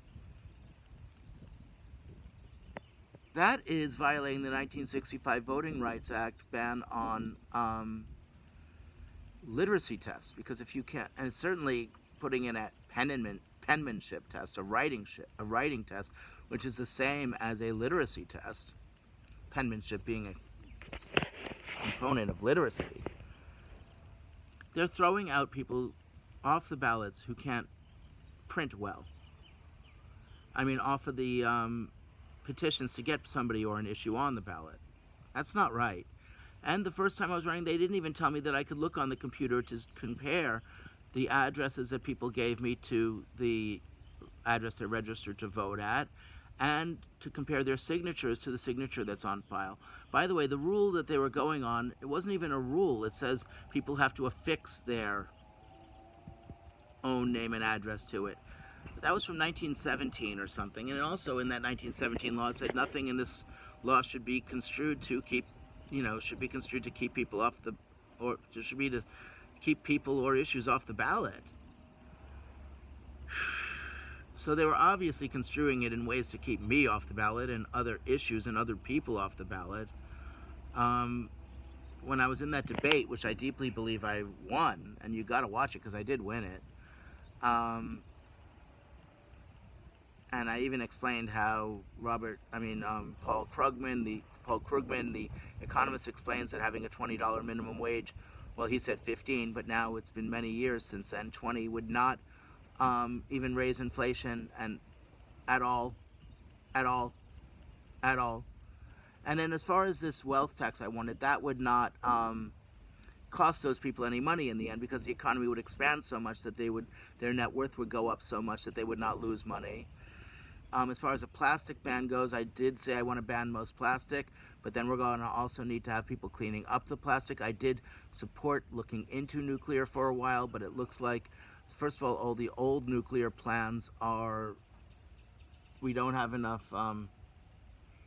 we don't have a way to dispose of the waste without poisoning the earth. And the old nuclear power plants did 90% of what they did not burn 90% of the nuclear material that you put in them. They only used 10% and spit out 90%. I did help to close that nuclear power plant. I'll go into that in a bit. San Onofre, I definitely helped to close that plant.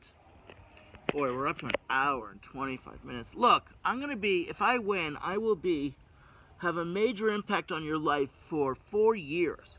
But don't you want to listen for an hour and a half to somebody talking about why we need me instead of this evil Gavin Newsom? By the way, that $100 billion he spent on unemployment benefits, 30 billion of it, and a lot of it wasn't unemployment benefits. A lot of it just went to his rich donors, if not probably most of it.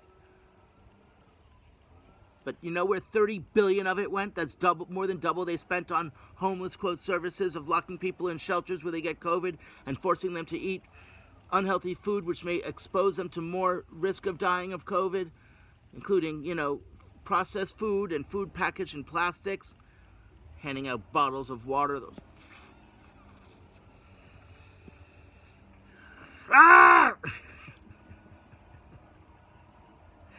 But 30 billion of it went to thieves, literal thieves. We're not talking just his biggest donors, which is thieves. We're talking thieves. And by the way, if I win this thing, I am not going to be earning more than $15,000 a year, which is what the least taxpayer earns. I want to do away with the sales tax, the gas tax. I want to do away with most people paying any tax if possible, and just have those, you know, earning over $1 million paying more, and with a net worth over 10 million paying more, and that kind of thing. And then we could do away with most people paying taxes. Why? Because most people can't even afford to live. It's not that everybody has a moral responsibility to pay taxes. No, those who can afford to do. Those who have earned more do. That's called, you know, staggered income tax, or whatever they call it. It's called progressive income tax instead of a regressive income tax, or a regressive tax. I thought this up 20 years ago, that we had to go to a wealth tax. I've been fighting as part of my presidential campaign, fredforprez.us, and my campaign website is, well, here, fredforca, hashtag on Twitter, but fredforca.com. I throw in a little, and I will put up a donate button within a few minutes, I promise. I'm against this party idea. But we need to have judges, as I said, who believe in our rights to democracy, believe in our rights to an equal vote, believe in our rights to no money in politics, believe in our rights to not be attacked and imprisoned and raped and murdered in jail and enslaved if we haven't hurt anyone, and rights to a fair trial, meaning jury nullification. Please research it. I will, if I win, of course, inform every juror of their rights to jury nullification. Now, what will I do? We're up to an hour and 28 minutes now. What will I do if an elector to the Supreme Court to the Electoral College from a state with a lower population than California, which is any of them, visits California? What should we do to prevent them from stealing our vote? Arrest them! Now, we could make it a fancy arrest so nobody's getting raped or beaten or killed in jail like everybody else. But they should be arrested. We should arrest them. If even Bernie, who I love, I do, but he did fight this war on drugs from day one. When his first race for Congress, I read that he, I believe it was for Congress, he ran on a platform of legalizing drugs, and he got like 1/5 of 1% of the vote, and then although we don't have to chalk it up to that, we can say that he changed his mind. We can give him the benefit of the doubt and say he changed his mind. He became a drug warrior. Lock him up, lock him up, lock him up, just like Biden was lock him up, lock him up, lock him up. He said that he said, lock the bastards up. He said, my fingerprints are all over every crime bill we've passed in the last 40 years. Yeah, they are. Well, did he call the police when he caught his son smoking crack? No. He did mandatory rehab, which we also shouldn't have, but I'm sure his first version of rehab was go to an island, son. when you have a person in power who says that arrest is good enough for everybody else's kids but not for his own, we know there's a problem. Biden says that we have to do something about gun control. Yeah, we do. What would do that in 2 seconds? Democracy. He had a chance to throw Trump's election out because he lost by 3 million votes. He has the chance. He had a chance to pack the courts and he didn't take it. And he still has a chance to pack the courts and he should take it.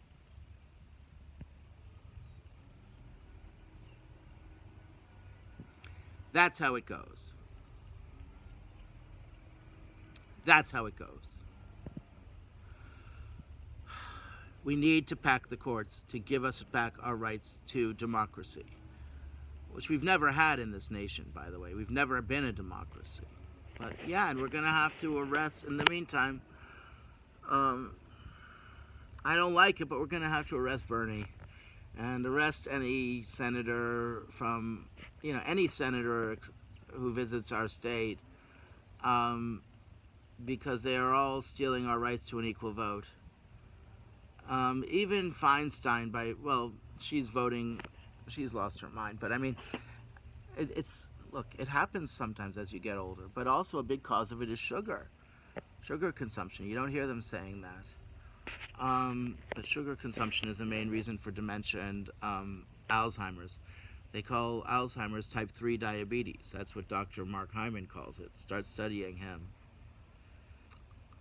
Boy, this is going on an hour and a half now. Let me see if I forgot any issues. Well, nuclear power plants, yeah, I was saying that I did fight to close San Onofre. The way I did that, I believed I played a significant role in closing San Onofre nuclear power plant, which they closed a few years ago, was it started leaking.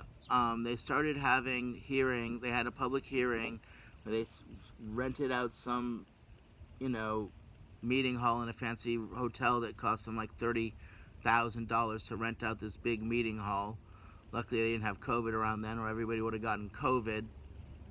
And it was like a 3-4 hour meeting, and it was getting really hot, and I was sweating, schwitzing as we say in Yiddish. I'm studying Yiddish now.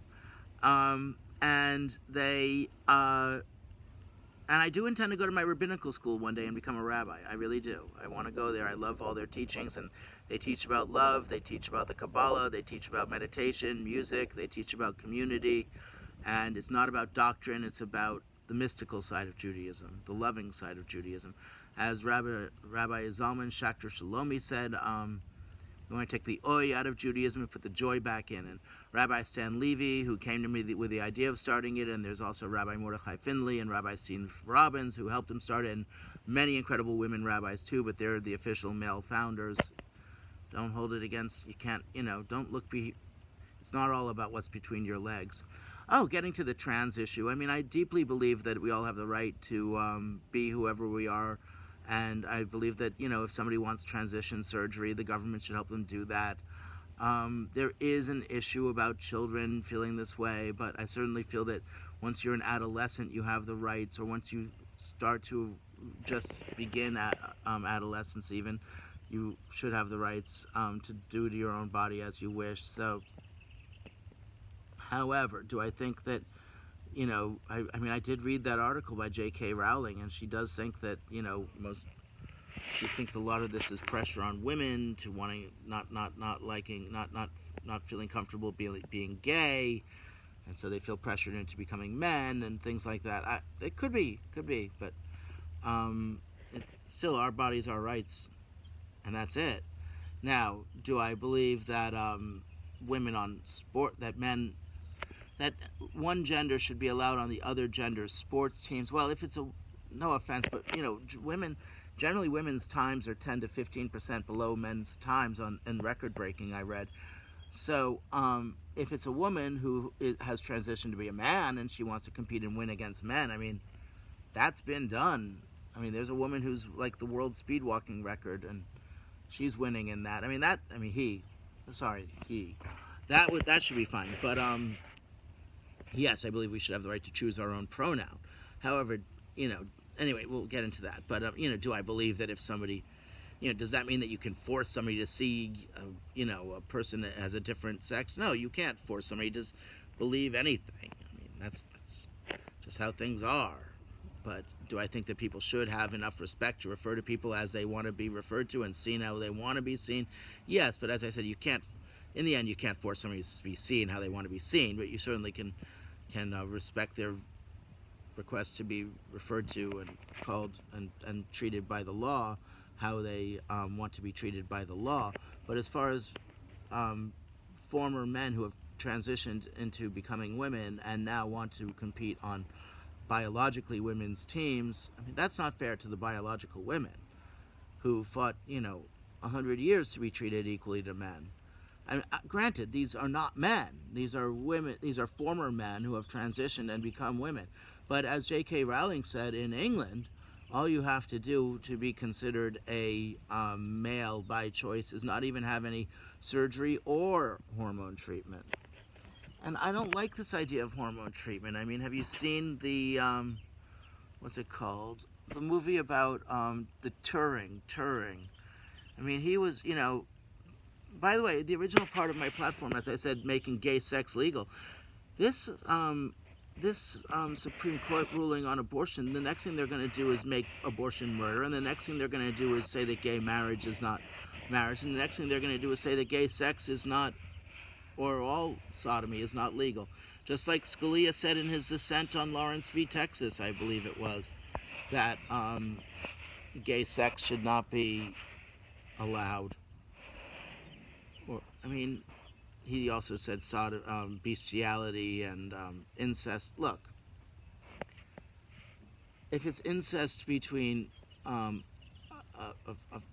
sorry to be so blunt, but if it's incest between, consenting adults, that should be allowed. If it's incest between a consenting adult, I mean, forcing it on a non-consenting person, no. Child, no. Now, as far as animals, look, people torture animals every day, and I'm against that. I'm very against that, including these factory farms, which, Dan Kapelowitz are both against, and I are both against. And, I do believe we have to stop the torture of animals. We have to treat animals humanely, because it says that in the Torah, but also just because it's right. And in the end, your soul absorbs what you've done to these animals. I mean, I believe that. So if you eat the carcass of an animal that was tortured. Oh yeah, so, and I want to free Shamu. I do believe deeply in freeing Shamu. Freeing all the cetaceans in jail, I mean, enslaved in jails who are being tortured, like Shamu and whatever their names are, Tilikum's dead. You see, a lot of them lash out and kill their trainers. I mean, I feel so sorry for that woman, Dawn, whatever her last name was, but many trainers were killed by these killer whales. They did earn that. They're not really whales. They're just big dolphins. They're big, tough dolphins. They're butch dolphins. But, they separate the babies from their mommies and all this horrible stuff. Now they say they're not breeding them anymore because I was out protesting with a Stop Raping Shamu sign. They stopped raping Shamu. Great. But they're still torturing them daily. They say, oh, now we don't have shows where we enslave them. Yeah, I watched a tape of their show on YouTube. They're trained. It's not right. Still have to jump through hoops for fish. Not hoops, but they have to jump for fish. It's bullshit. It's slavery. So yes, I believe we should free Shamu, free all enslaved cetaceans, meaning dolphins too, free Flipper. Find my hashtag free Flipper, free Freddy, free Angel. Freddy is a special kind of whale stolen from Russia, and Angel is a special white albino dolphin stolen from in Japan and enslaved in Japan. By the way, I'm part albino here. Anyway, so, the Nirvana song, an albino, my libido. Anyway, now the nuclear power plant. Yeah, so I was speaking at this nuclear power plant, and I had gone in prepared to shut them down. Boy, I'm up to an hour and 40 minutes now. I hope some of you have some time. But as I said, it's 2 years that I would have to be, quote, not ruling you, but governing you as you wish with your consent. And let's pick somebody we like already. Me. Oh yeah, and as I said, I would earn only $15,000, even if they raise the minimum tax like $30,000 or $40,000. maybe I would earn 40 or 30 or 40,000 then. I mean, I do not have any money now. I do need to start earning money again. Would like to have a family one of these days and hundreds of children, maybe even. Granted, most of them would be to women who just want children, and they would pay for them to be raised. But anyway, oh, and I forgot to say, I do want to make and when I was talking about replacing Jews that Hitler killed, not just through breeding, and I do want to start just a breeding program for the whole world too, not just Jews, but I also want to make it, I would definitely want to start not proselytizing, not pushing anyone, but simply just making it well known that our religion is open to anybody who wants to join. And we are a loving community, and we want to welcome anybody to join us. I mean, I think that's important to do. The problem is Judaism somehow evolved into being so against proselytizing, maybe because the Christians were accusing us of proselytizing and killing us if they thought we were proselytizing. I don't know. That's probably the history. But, and by the way, of course, Jesus was just a rabbi, a very healing rabbi who believed in social justice and helping the homeless, like I do. That's all Jesus was in the end. You could say, oh, he was the Son of God. I don't know. I wasn't there. It's not the issue. The issue is we have to repeat, as Jefferson said, we have to, show love to and respect people of all religion and no religion. And that comes down to these drug laws, too. They've started to make exceptions for drug use for people in certain tiny cults. And that's ridiculous. Anybody, that's favoring one religion over another and religion over non-religion. We have to just simply admit we have the right to do to our own bodies as we wish, period. Now, how did I and many others, but my speech definitely helped to shut down San Onofre. How did I do that? Well, I had studied up, and I had studied up on the issue, first of all, through watching the China Syndrome. Jane, forgot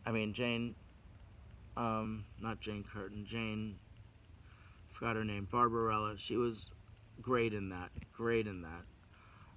She married CNN, Ted Turner, for a while. Before that, she was married to this guy on trial for the Chicago 7 for protesting.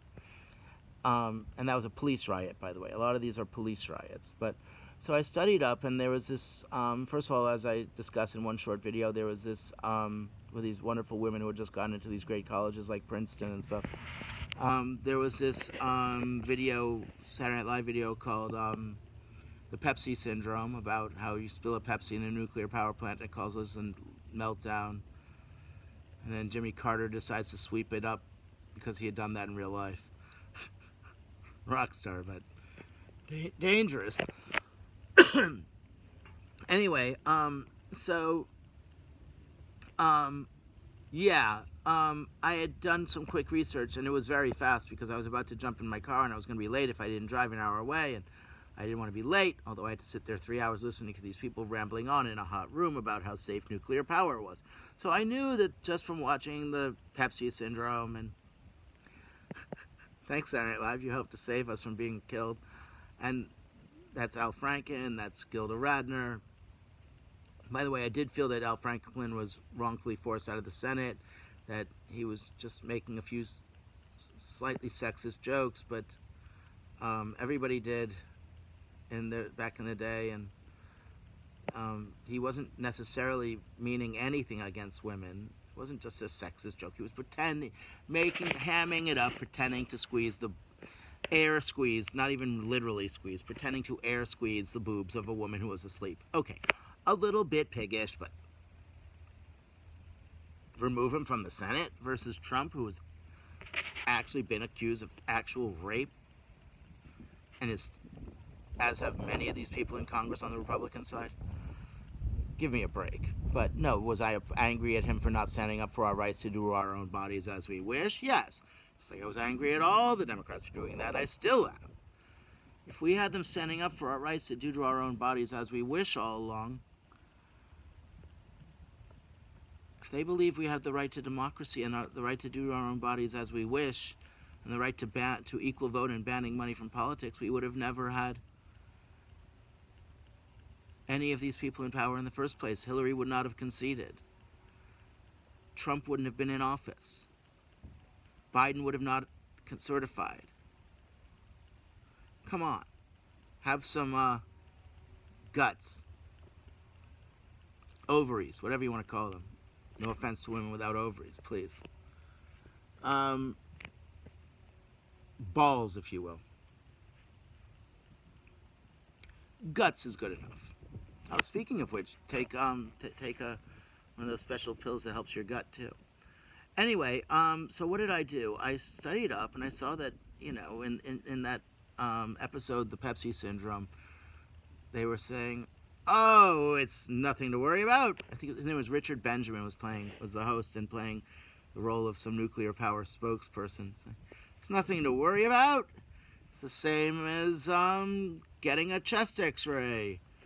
Over and over and over and over. And he said, or it's the same as sticking your head in a microwave oven.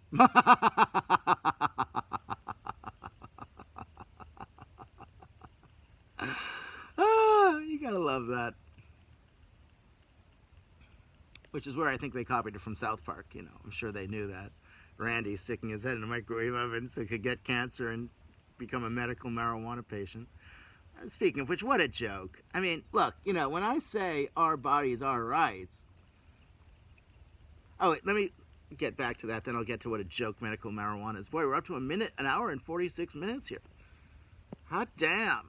I'm going to have to hurry up and get to my school prevention of shooting rally, which means an armed guard in every classroom, paid for with a small wealth tax on the richest 1%. Let me check what time it is here. Sorry, I'm going to look at my watch. Oh my God, it's 12:30. Yeah, school gets out at 3:30, I read, so I have to, I want to show up early and run around with my bullhorn, which I just charged up last night versus the first time I thought it was charged up and it was dead. I know, that's what she said. Sorry. Okay, so anyway, yeah, so I had read, I knew that their argument was going to be that there are safe levels of radiation from watching the Pepsi Syndrome. Watch it, kids. It's the longest episode ever in SNL history, and it's hilarious. Rodney Dangerfield is great. I don't want to spoil it, but... Okay, I'll spoil it a little. No. I won't. You gotta see it. Okay, what happened was after Jimmy Carter swept up the nuclear waste, he mopped it up himself. They had said to the black maid, played by Garrett Morris, "Oh, just go and clean that up, honey." But very racist. Yes, I am very anti-racism. And our jails and our arrests for people committing victimless crimes, and even arresting people way too long, is a legacy of slavery and of racism. And no, I do not believe there's any such thing as race. And therefore, and no, I don't believe in this concept of, quote, affirmative action, aka, you know, ethnic preferences. I mean, I think that the way to handle this is you give everybody an equal chance. And first of all, these people talking about reparations, they still support arrest for victimless crimes. They still support jailing millions. Even if you say, oh, well, I don't believe in jail for a victimless crime, but I believe in an arrest. Like Portugal, they'll say. What about Portugal? Okay, we'll get to Portugal in a minute. The problem with Portugal is they still have the police approaching you. They still have, say you're a lawyer and you're busted for trying to buy a joint on the street. You still lose your legal license, or a doctor, you lose your license to practice and help others. That's insane. You're still forced to consider treatment. And if not, I think you're forced into jail if you don't do treatment. That's insane. So that's forced treatment. I mean, there's a lot of problems. But anyway, so I researched it quick, and I saw that there was no such thing as a safe level of exposure to nuclear waste. And especially no safe level of exposure to nuclear waste by children and to nuclear radiation of children. And this wasn't just believed by a lot of scientists, but that a lot of government scientists believe that. By the way, what is the proof of this? You see how I'm bald here? It's the only place I'm bald, but I'm bald right here. Well, that happened to me from going to a tanning booth, which I was going to try to heal my skin, because when I had been a kid, they didn't know about diet. They told us to go to a tanning booth, and I didn't know. So at one point I was going to a tanning booth to help my skin, and I didn't know about the radiation. I was an idiot. My mom was telling me not to do it. I didn't listen. And I started losing my hair in clumps. So I know that, sorry, I'm getting texts here. I have to, oh, there, it went away. I know that that was from the radiation. So don't do tanning booths, kids. And do use sunscreen. But not the stuff that has chemicals in it. The stuff that has just zinc, even if you have to rub it on really thin, because that doesn't have the chemicals. Oh, I'm covering so much. So I knew that a lot of scientists, including a lot of government scientists, believe there's no such thing as a safe level of radiation to children, or anyone, but to children. So I went in there and prepared, and I sat there through 3-4 hours of these people saying, most of the 3-4 hours was them saying, don't worry about it. If you take an airplane, you're getting more radiation than you've just been exposed to.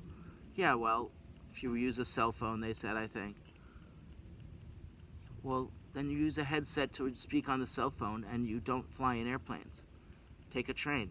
And by the way, I fought against this whole boondoggle of high-speed trains for years. I don't know how many billions they've wasted. It's probably tens of billions already, and they're probably planning on wasting up to 100, 200 billion, stealing your money for bullshit. Why am I against high-speed rail? Well, basic physics. Ever heard the expression speed kills? That was originally meant as a riff on the idea like you gotta drive slower. And by the way, I'm not saying that speed is healthy, but they do force these kids into taking speed. They force these kids into taking these antidepressants, antipsychotics, amphetamines to treat, quote, ADD, ADHD, whatever they call it. Look, why are all these kids going crazy? Because of sugar in schools. What would I do to protect them from COVID or from a bad reaction to the vaccine, and to protect them from dying of most other diseases? Oh yeah, I forgot to give you my figures. Worldwide, all drugs have killed, all illegal drugs have killed about 200,000. Now with all the fentanyl deaths, probably 250,000 people a year. In the U.S., about 100,000 last year. And as I said, the drug laws not only have increased crime, but they've also made it so you don't know what drug you're taking. So you think that you're getting cocaine or you're getting fentanyl. They've also made it so that people are taking much more concentrated drugs. In the old days, it would be that if you took coca leaves, you would chew on them, and it was a tiny percentage of the cocaine that it has in cocaine. I mean powdered cocaine. And it also used to be that, for instance, you would use opium, but it would be like an opium tea or an opium tincture, which was way less which I've tried once, and I didn't twice. Once for pain killing, they didn't tell me what it was till after, and the time before I was in Thailand, I tried a cup of their, whatever, tea. All it did was make it so I couldn't move and my mind was racing. I wouldn't call it pleasurable, but I would like to try it again someday. But that was 31 years ago, before going into law school. Anyway, and it was legal there, you know. Hell, the tribes have done it for thousands of years. But yeah, I mean, that's the problem, is by making these drugs illegal, you get people to do the more concentrated versions. You get the people to switch to also to the legal ones, which are synthetic and more concentrated. That causes more addiction and death. But by the way, you don't know this because they don't even tell you this. Just the other day, for the first time, I saw a New York Times headline after me bitching and moaning about it for years, and other drug, quote, harm reduction people bitching and moaning about this for years. The New York Times finally revealed in a headline that the main cause of death by opiates, including fentanyl, I believe, is, and I might be wrong on the fentanyl thing, but is taking opiates and combining them with either alcohol or benzodiazepines, which is downers, I believe, which is Xanax. So I'm not up on all my terminology. I do stay away from prescription drugs. Even had surgery 5 years ago, and I had a huge injury, which was, thank God, paid for by free health care because I was not earning enough. to pay for this health care. Still I'm not, but I will be soon, God willing. Well, when I win, I'll get free health care. But I will not take a salary. Oh, yeah, and I will not move into the mansion. I will move into a tent. If I win, please vote for me. I promise you I will not move in a mansion. It's not right for me to be living in a mansion, earning $200,000 a year, while people are starving on our streets, living in tents or out in the rough, being killed in their tents, being raped, murdered, arson. It's not safe and it's not right. At least tiny trailers, they'd be somewhat safe with a shell around them. I've spoken to many homeless people who would love a tiny trailer. I mean, yes, certain areas that have trouble with parking, we'd have to ban parking, but we could at least have parking structures for everyone to park in everywhere. Everywhere. Everywhere. It's only right. And if you have no parking in certain downtown areas or popular areas, then you have to have parking allowed in other areas and then free shuttles to the more populous areas. Something like that. You would want to have a service, a government service, where you could be towed across the country. If you got a job 1 month for one area, 1 month for another, you could be towed from, structure to structure to structure. That's only right. But anyway, so after, boy, am I taking a long time to tell this story, huh? Up to 1 hour, 56 minutes. My God, I hope some of you enjoy listening to me.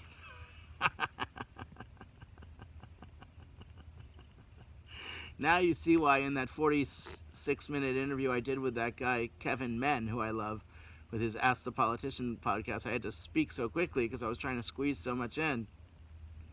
I won't make the joke. Okay, anyway.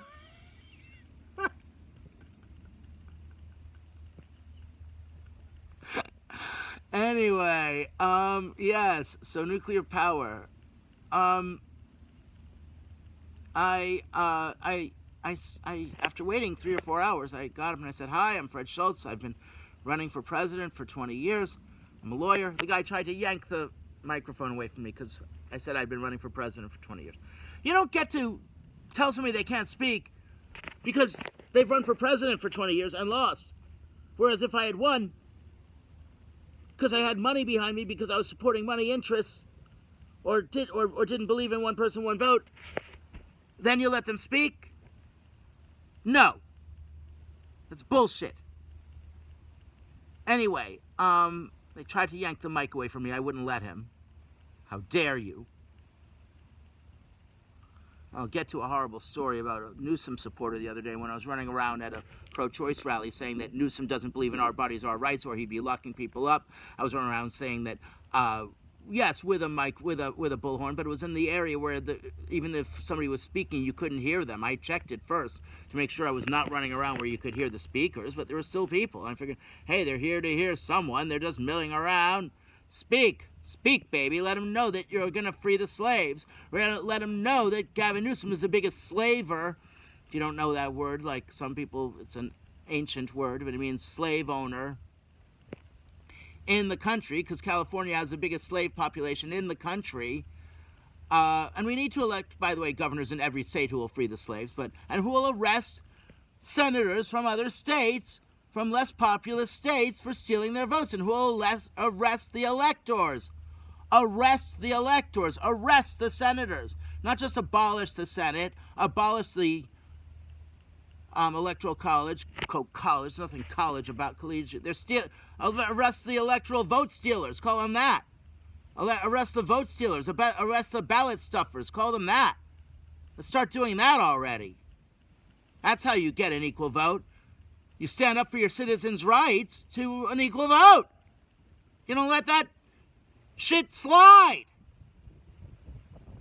Okay, I'm screaming. Yeah, I'm angry. I'm angry. That's why we have no gun control. That's why we have no abortion rights. That's why we have no economic rights to a basic income, to a job, to housing. Why do you think? Because money controls everything. Because they allow the money to control the media. They allow people to run who have lots of money, and that's the only way they can get in power. It's all a setup. And it's enough already. So what did I do? And that's why they allow people to poison us with these nuclear power plants that are killing us. Because it all comes down to money. And the regulators, the industry had taken over the, quote, regulators. And these regulators were sitting there saying, we're not killing you, and they were lying.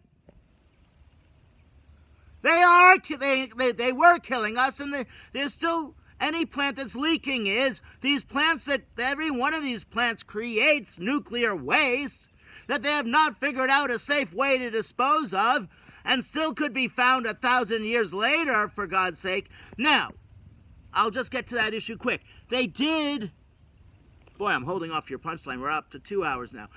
They did, I've heard, they've invented new plants or nuclear power plants that can burn every ounce, every gram, whatever you call it, of nuclear power. Can be fissile material, can be burned now. Okay, that's significant. But, I studied up on it more. Number one, the mining, they've always had mining accidents. And the accidents have led to great radiation pollution wherever they're mining. Could it be done safely without that? Maybe. I'd have to research it. Hard to convince people, because I'm sure in the past they said that they could do it safely, or they wouldn't have been allowed to have done it in the first place. But also I read that now the only place, from what I've read, where they do the mining in this country is at some Indian, Native American reservation, Holy Land, burial place, where they did massive pollution in the past when they were mining there. So do I think it's okay to do more mining? And then the other bunch comes from Russia. We don't want to be beholden to Putin. We don't want to be beholden to Putin at all. Fuck Putin. Modern Hitler. Friends with Trump.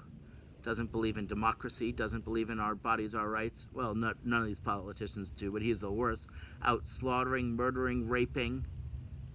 How dare they? Torturing. And I'm not talking many people in American jails are literally tortured. Jail is torture, but then many are just tortured, many are raped daily, that kind of thing. Many are beaten daily,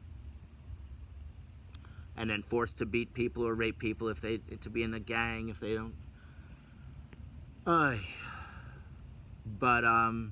Or beaten by the guards daily, or raped by the guards daily. I'm not making this shit up. Study up. Research rape by guards, rape by inmates, beatings by guards, you'll find a lot of it.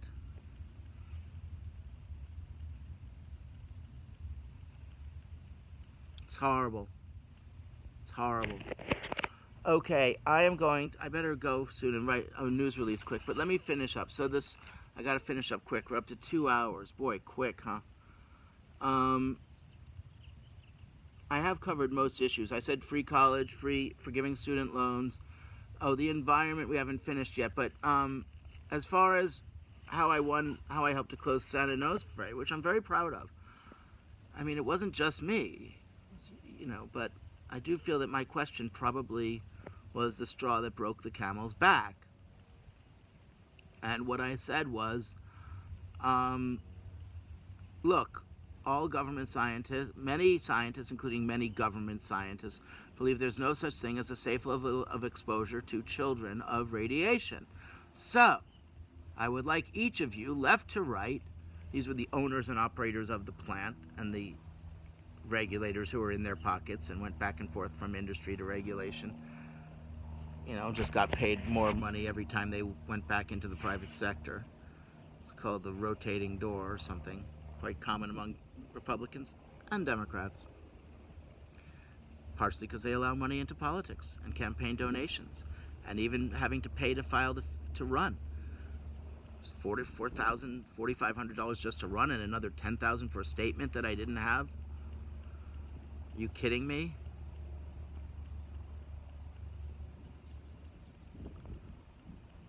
When half of Californians and half people in the country couldn't afford $500 hit, and that was before COVID.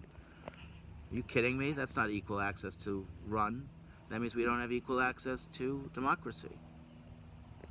And as I've explained, we certainly don't have equal access even to the ballot when our votes don't count, and now the Republicans are trying to are putting into power people who don't believe we have the right to an equal vote and intend to steal our votes. It's a crime. It's a big crime. But anyway, boy, we're up to 2 hours. So yeah, after I spoke, little kids ran up to me, um, yelling, "That was epic! That was epic! You were incredible! That was epic!" They were so sweet. They were so sweet. They were cute. They were adorable. It was maybe 10-year-olds, 12-year-olds, but they were adorable, and it was very sweet of them. 8-year-olds, whatever, they were very sweet. And they were screaming, "That was epic! That was epic!" And they like crowded around me, jumping, and it's a good feeling when you know that you've helped to save some kids' lives. Not just kids, but adults' lives too. And then grandparents, even a Jewish grandma came up to me, "Thank you, that you were wonderful. Good luck with your campaign." It was great. So, okay, now, so if we don't have nuclear, what are we going to do? We're going to have to do much more with renewables. Solar, wind, ocean, tides, geothermal, whatever. And then, to be honest, what we're going to have to do, as I said, we're going to need jobs for everyone, but we have to understand, even if we clean up our own act, that's not going to cut it. Oh yeah, one other thing I want to do is what's called waste-to-energy plants. So Europe has a lot of these, although Europe is turning on them recently because what they do is they filter out all the poisons so they make us, you can burn anything and filter out the poisons.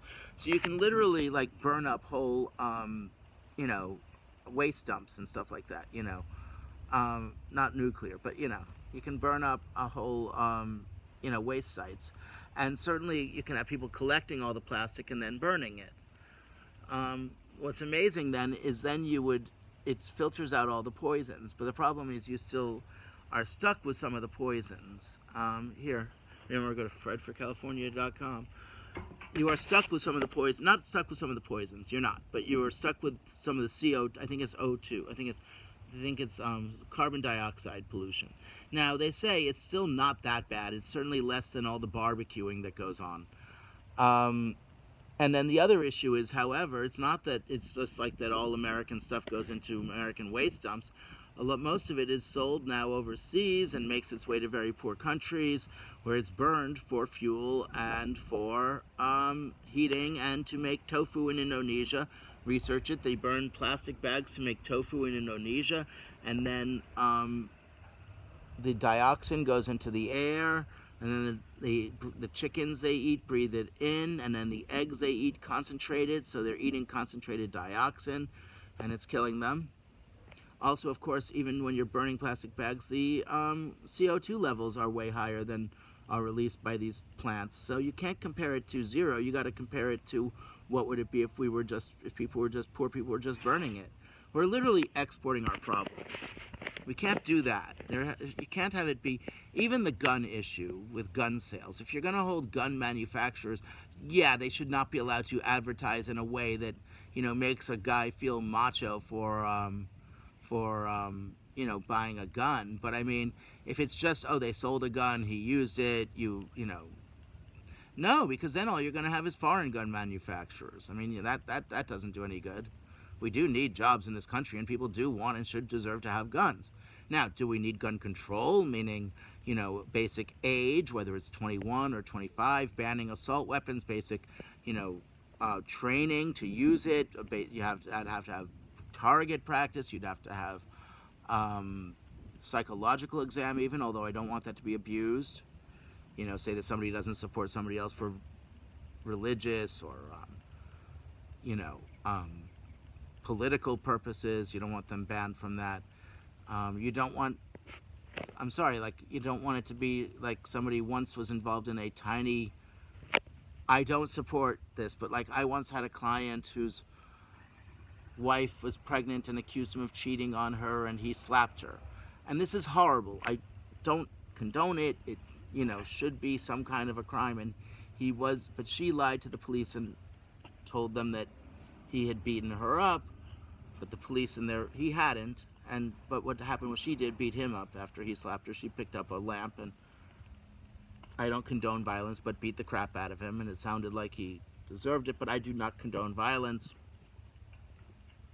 So the police were like, well, the only one showing bruises is him. But my point is, like, but he did go down on a charge of slapping his wife. But the judge said if you don't do anything for a year, it will be erased. But I'm sure he didn't do anything for a year. He had never slapped her before, and I'm sure he never would again. But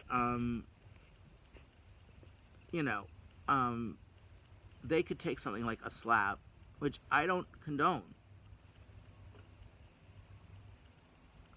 and turn that into you can never buy a gun again. We can't have that.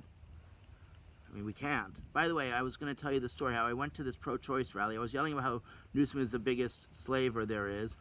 I was screaming how I will protect your right to do to your own bodies as you wish more, whether it's legalizing drugs or sex work or, making California safe for any woman in the country who wants an abortion, period, no matter what the Supreme Court does, as they are in power illegally, and I would be sworn to uphold my oath of protecting our human rights, because that's what I believe the Constitution stands for.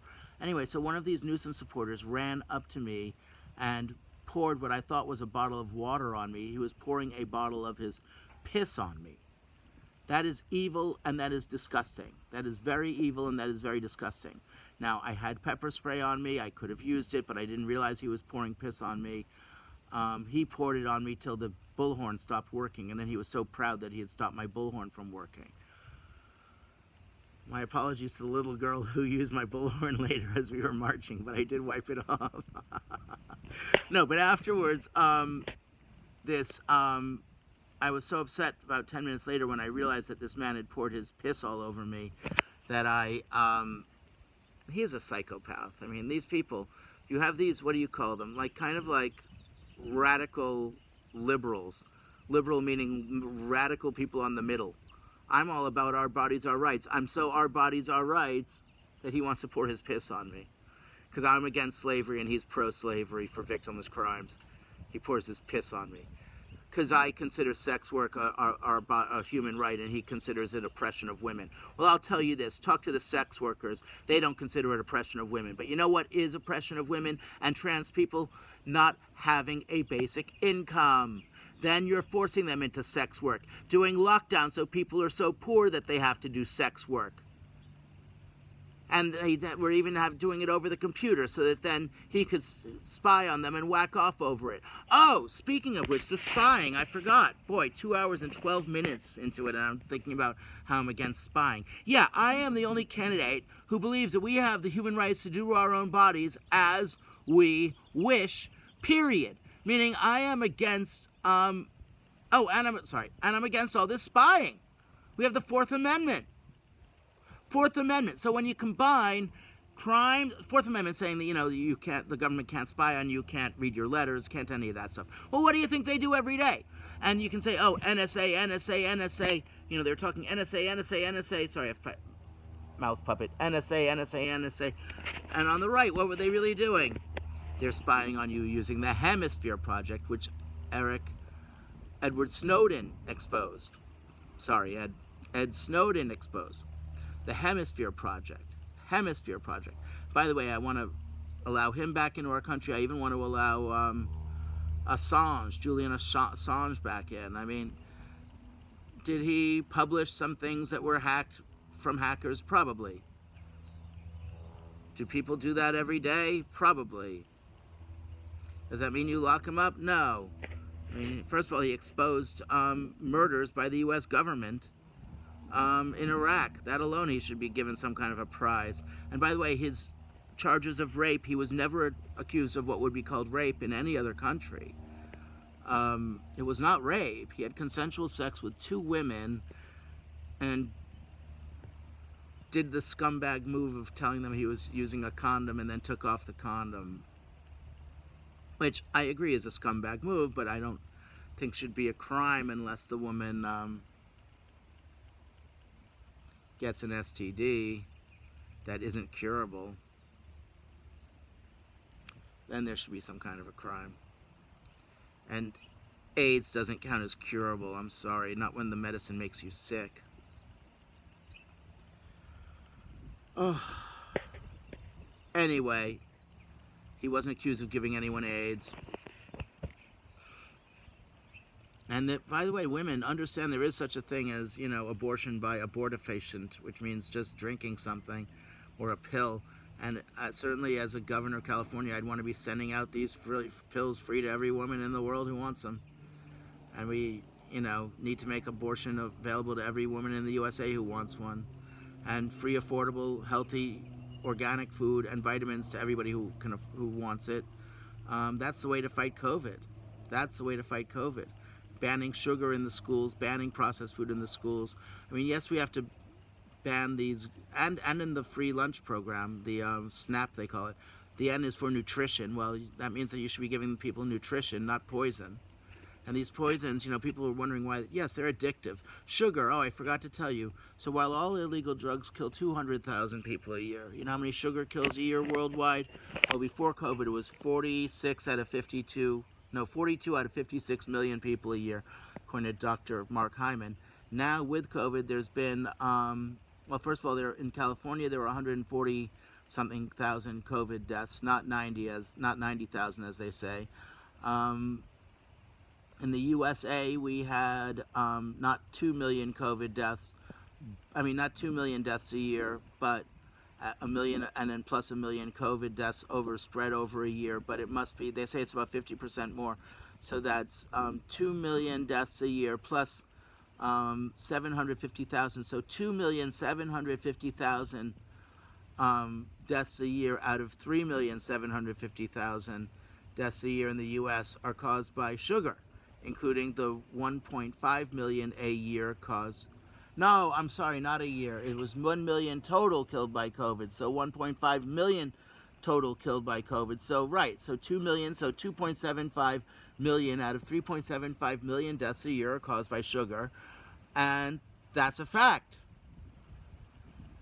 Meaning COVID is the main cause of sugar. And the main proof is that people in Africa who don't eat sugar survived COVID. And those in Africa who do eat sugar died of COVID in high rates. And people in India who have the same general wealth or lack thereof and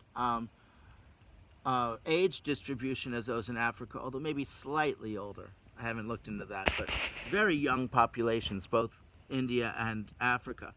But India has far higher sugar consumption per capita. And what do you think the result is? India had probably, they say, 8-9 million deaths, which leads me to the point that probably 20 million people died of COVID. So there's probably 10 million deaths a year been of COVID in the last 2 years, and we will continue to have COVID deaths for the rest of our lifetimes, sadly. But we can't lock down, and we can't have these, distancing anymore. It's just they should have been stockpiling masks for years. Biden and Obama and Bush and Trump, evil unelected Trump and unelected Bush, who did all those wars that were unnecessary. By the way, I wasn't against, taking out the terrorists, just against doing it by invasion or telling anyone. If you don't want to prompt retaliatory strikes, aka terrorism, you take them out and don't tell anyone.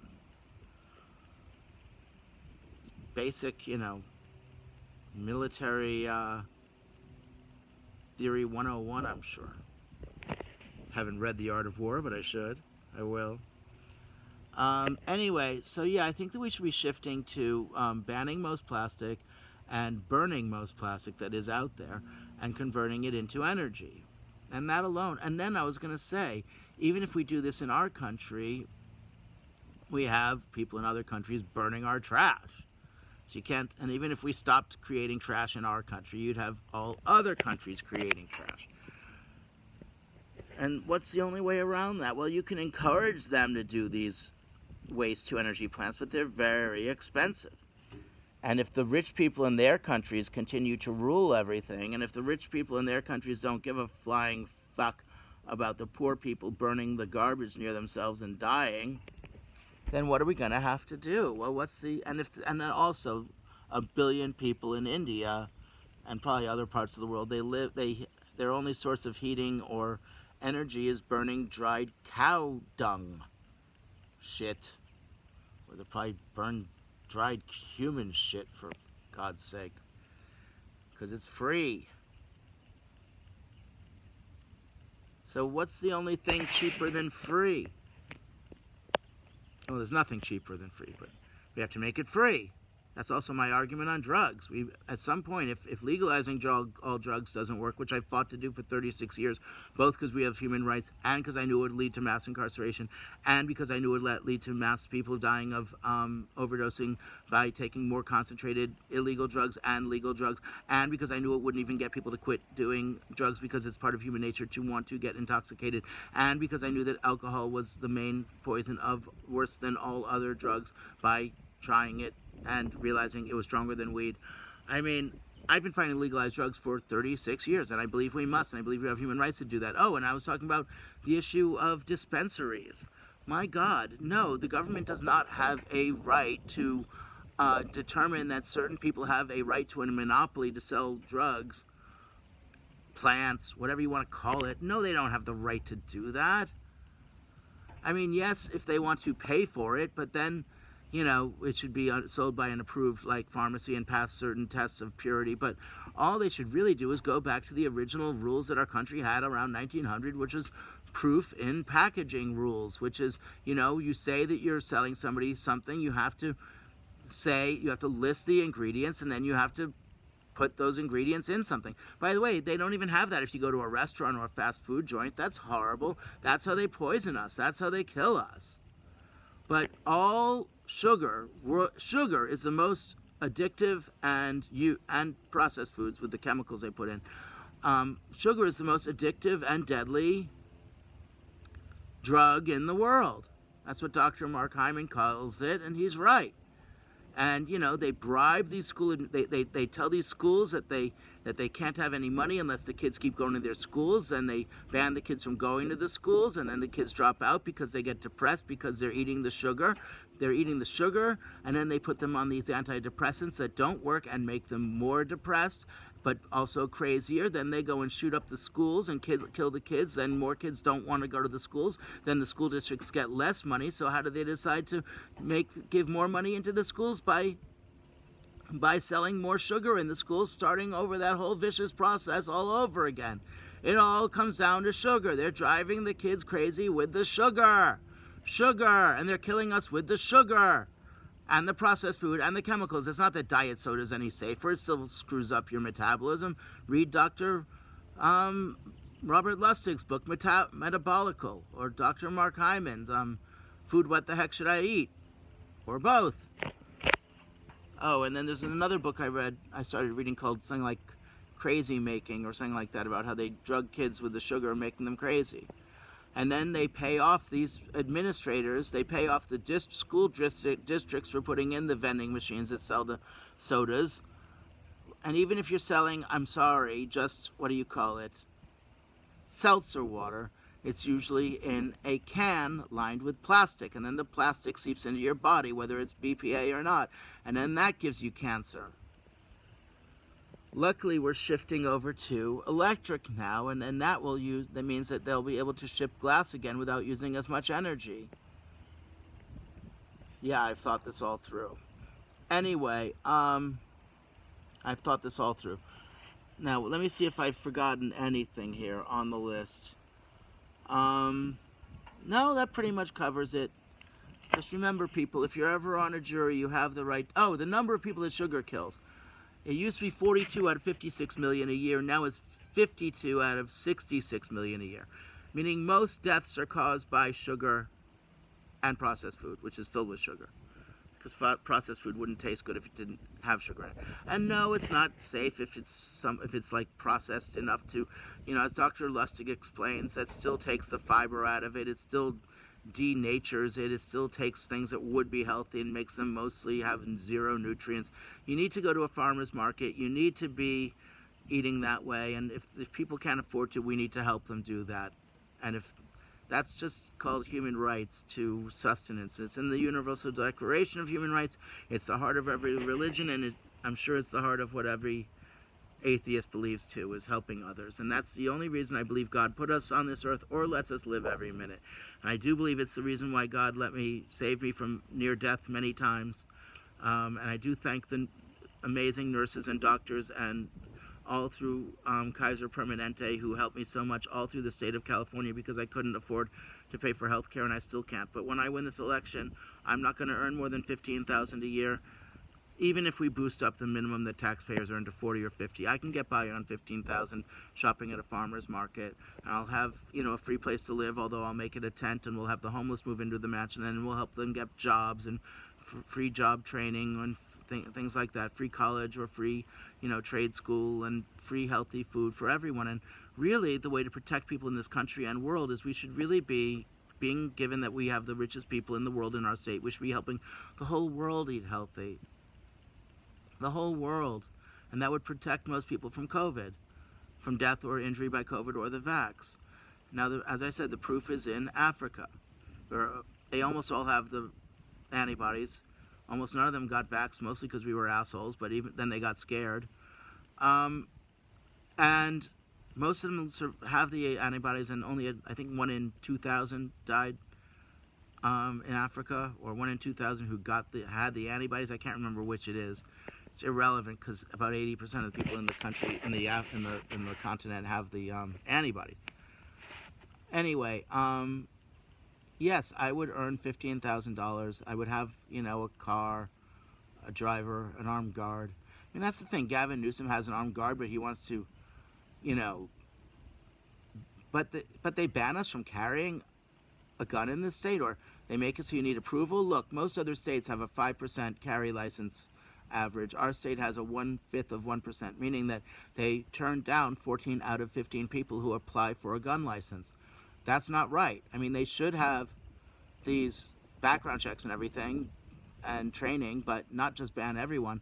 And, as I said, the only way to pass this gun control legislation while still allowing people to carry, and still we need 1 armed guard per classroom, and still we'll need metal detectors in every classroom. And yes, we're going to have to make these schools much more hardened targets. There's no question, because they are targets, whether we like it or not. But we also have to try to get these assault weapons off the streets by buying them back, and gun control. But the only way to institute any of these things would be by making our country a democracy. So we have to, as governor, I would start arresting the people stealing our votes, starting with Bernie and all the other senators stealing our votes, and with the electors, especially the electors, stealing our votes, stealing our rights to an equal vote, stuffing the ballots with their people they support. It's enough already. Or by supporting the process, you're supporting the stealing of the ballots. Enough already. Enough already. Enough already. Say, what if you're an elector who has voted for the person in your state that your state supported? Okay, we might be able to let them not be arrested.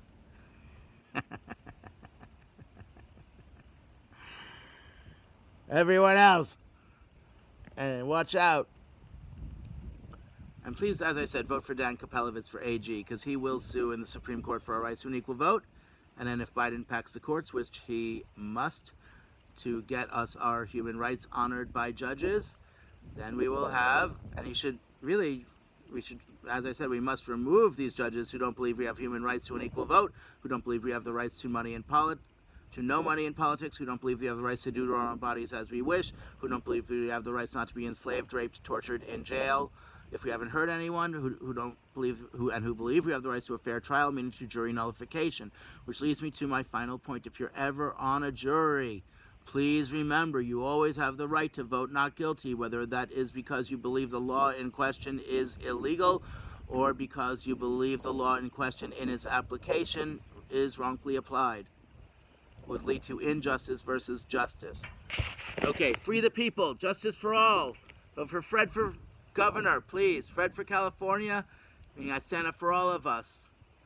And yes, I stand up for all the immigrants. Anybody, part of human rights means, part of adhering to my oath would mean standing up for anyone running for their lives. And those people coming to our country are running from their lives because of our drug laws. Our drug laws are what create the violence and the corruption in their country. Our lack of helping them do economic development south of our border is what's making them run for their lives to the tune of 1 million people a year. That's not right.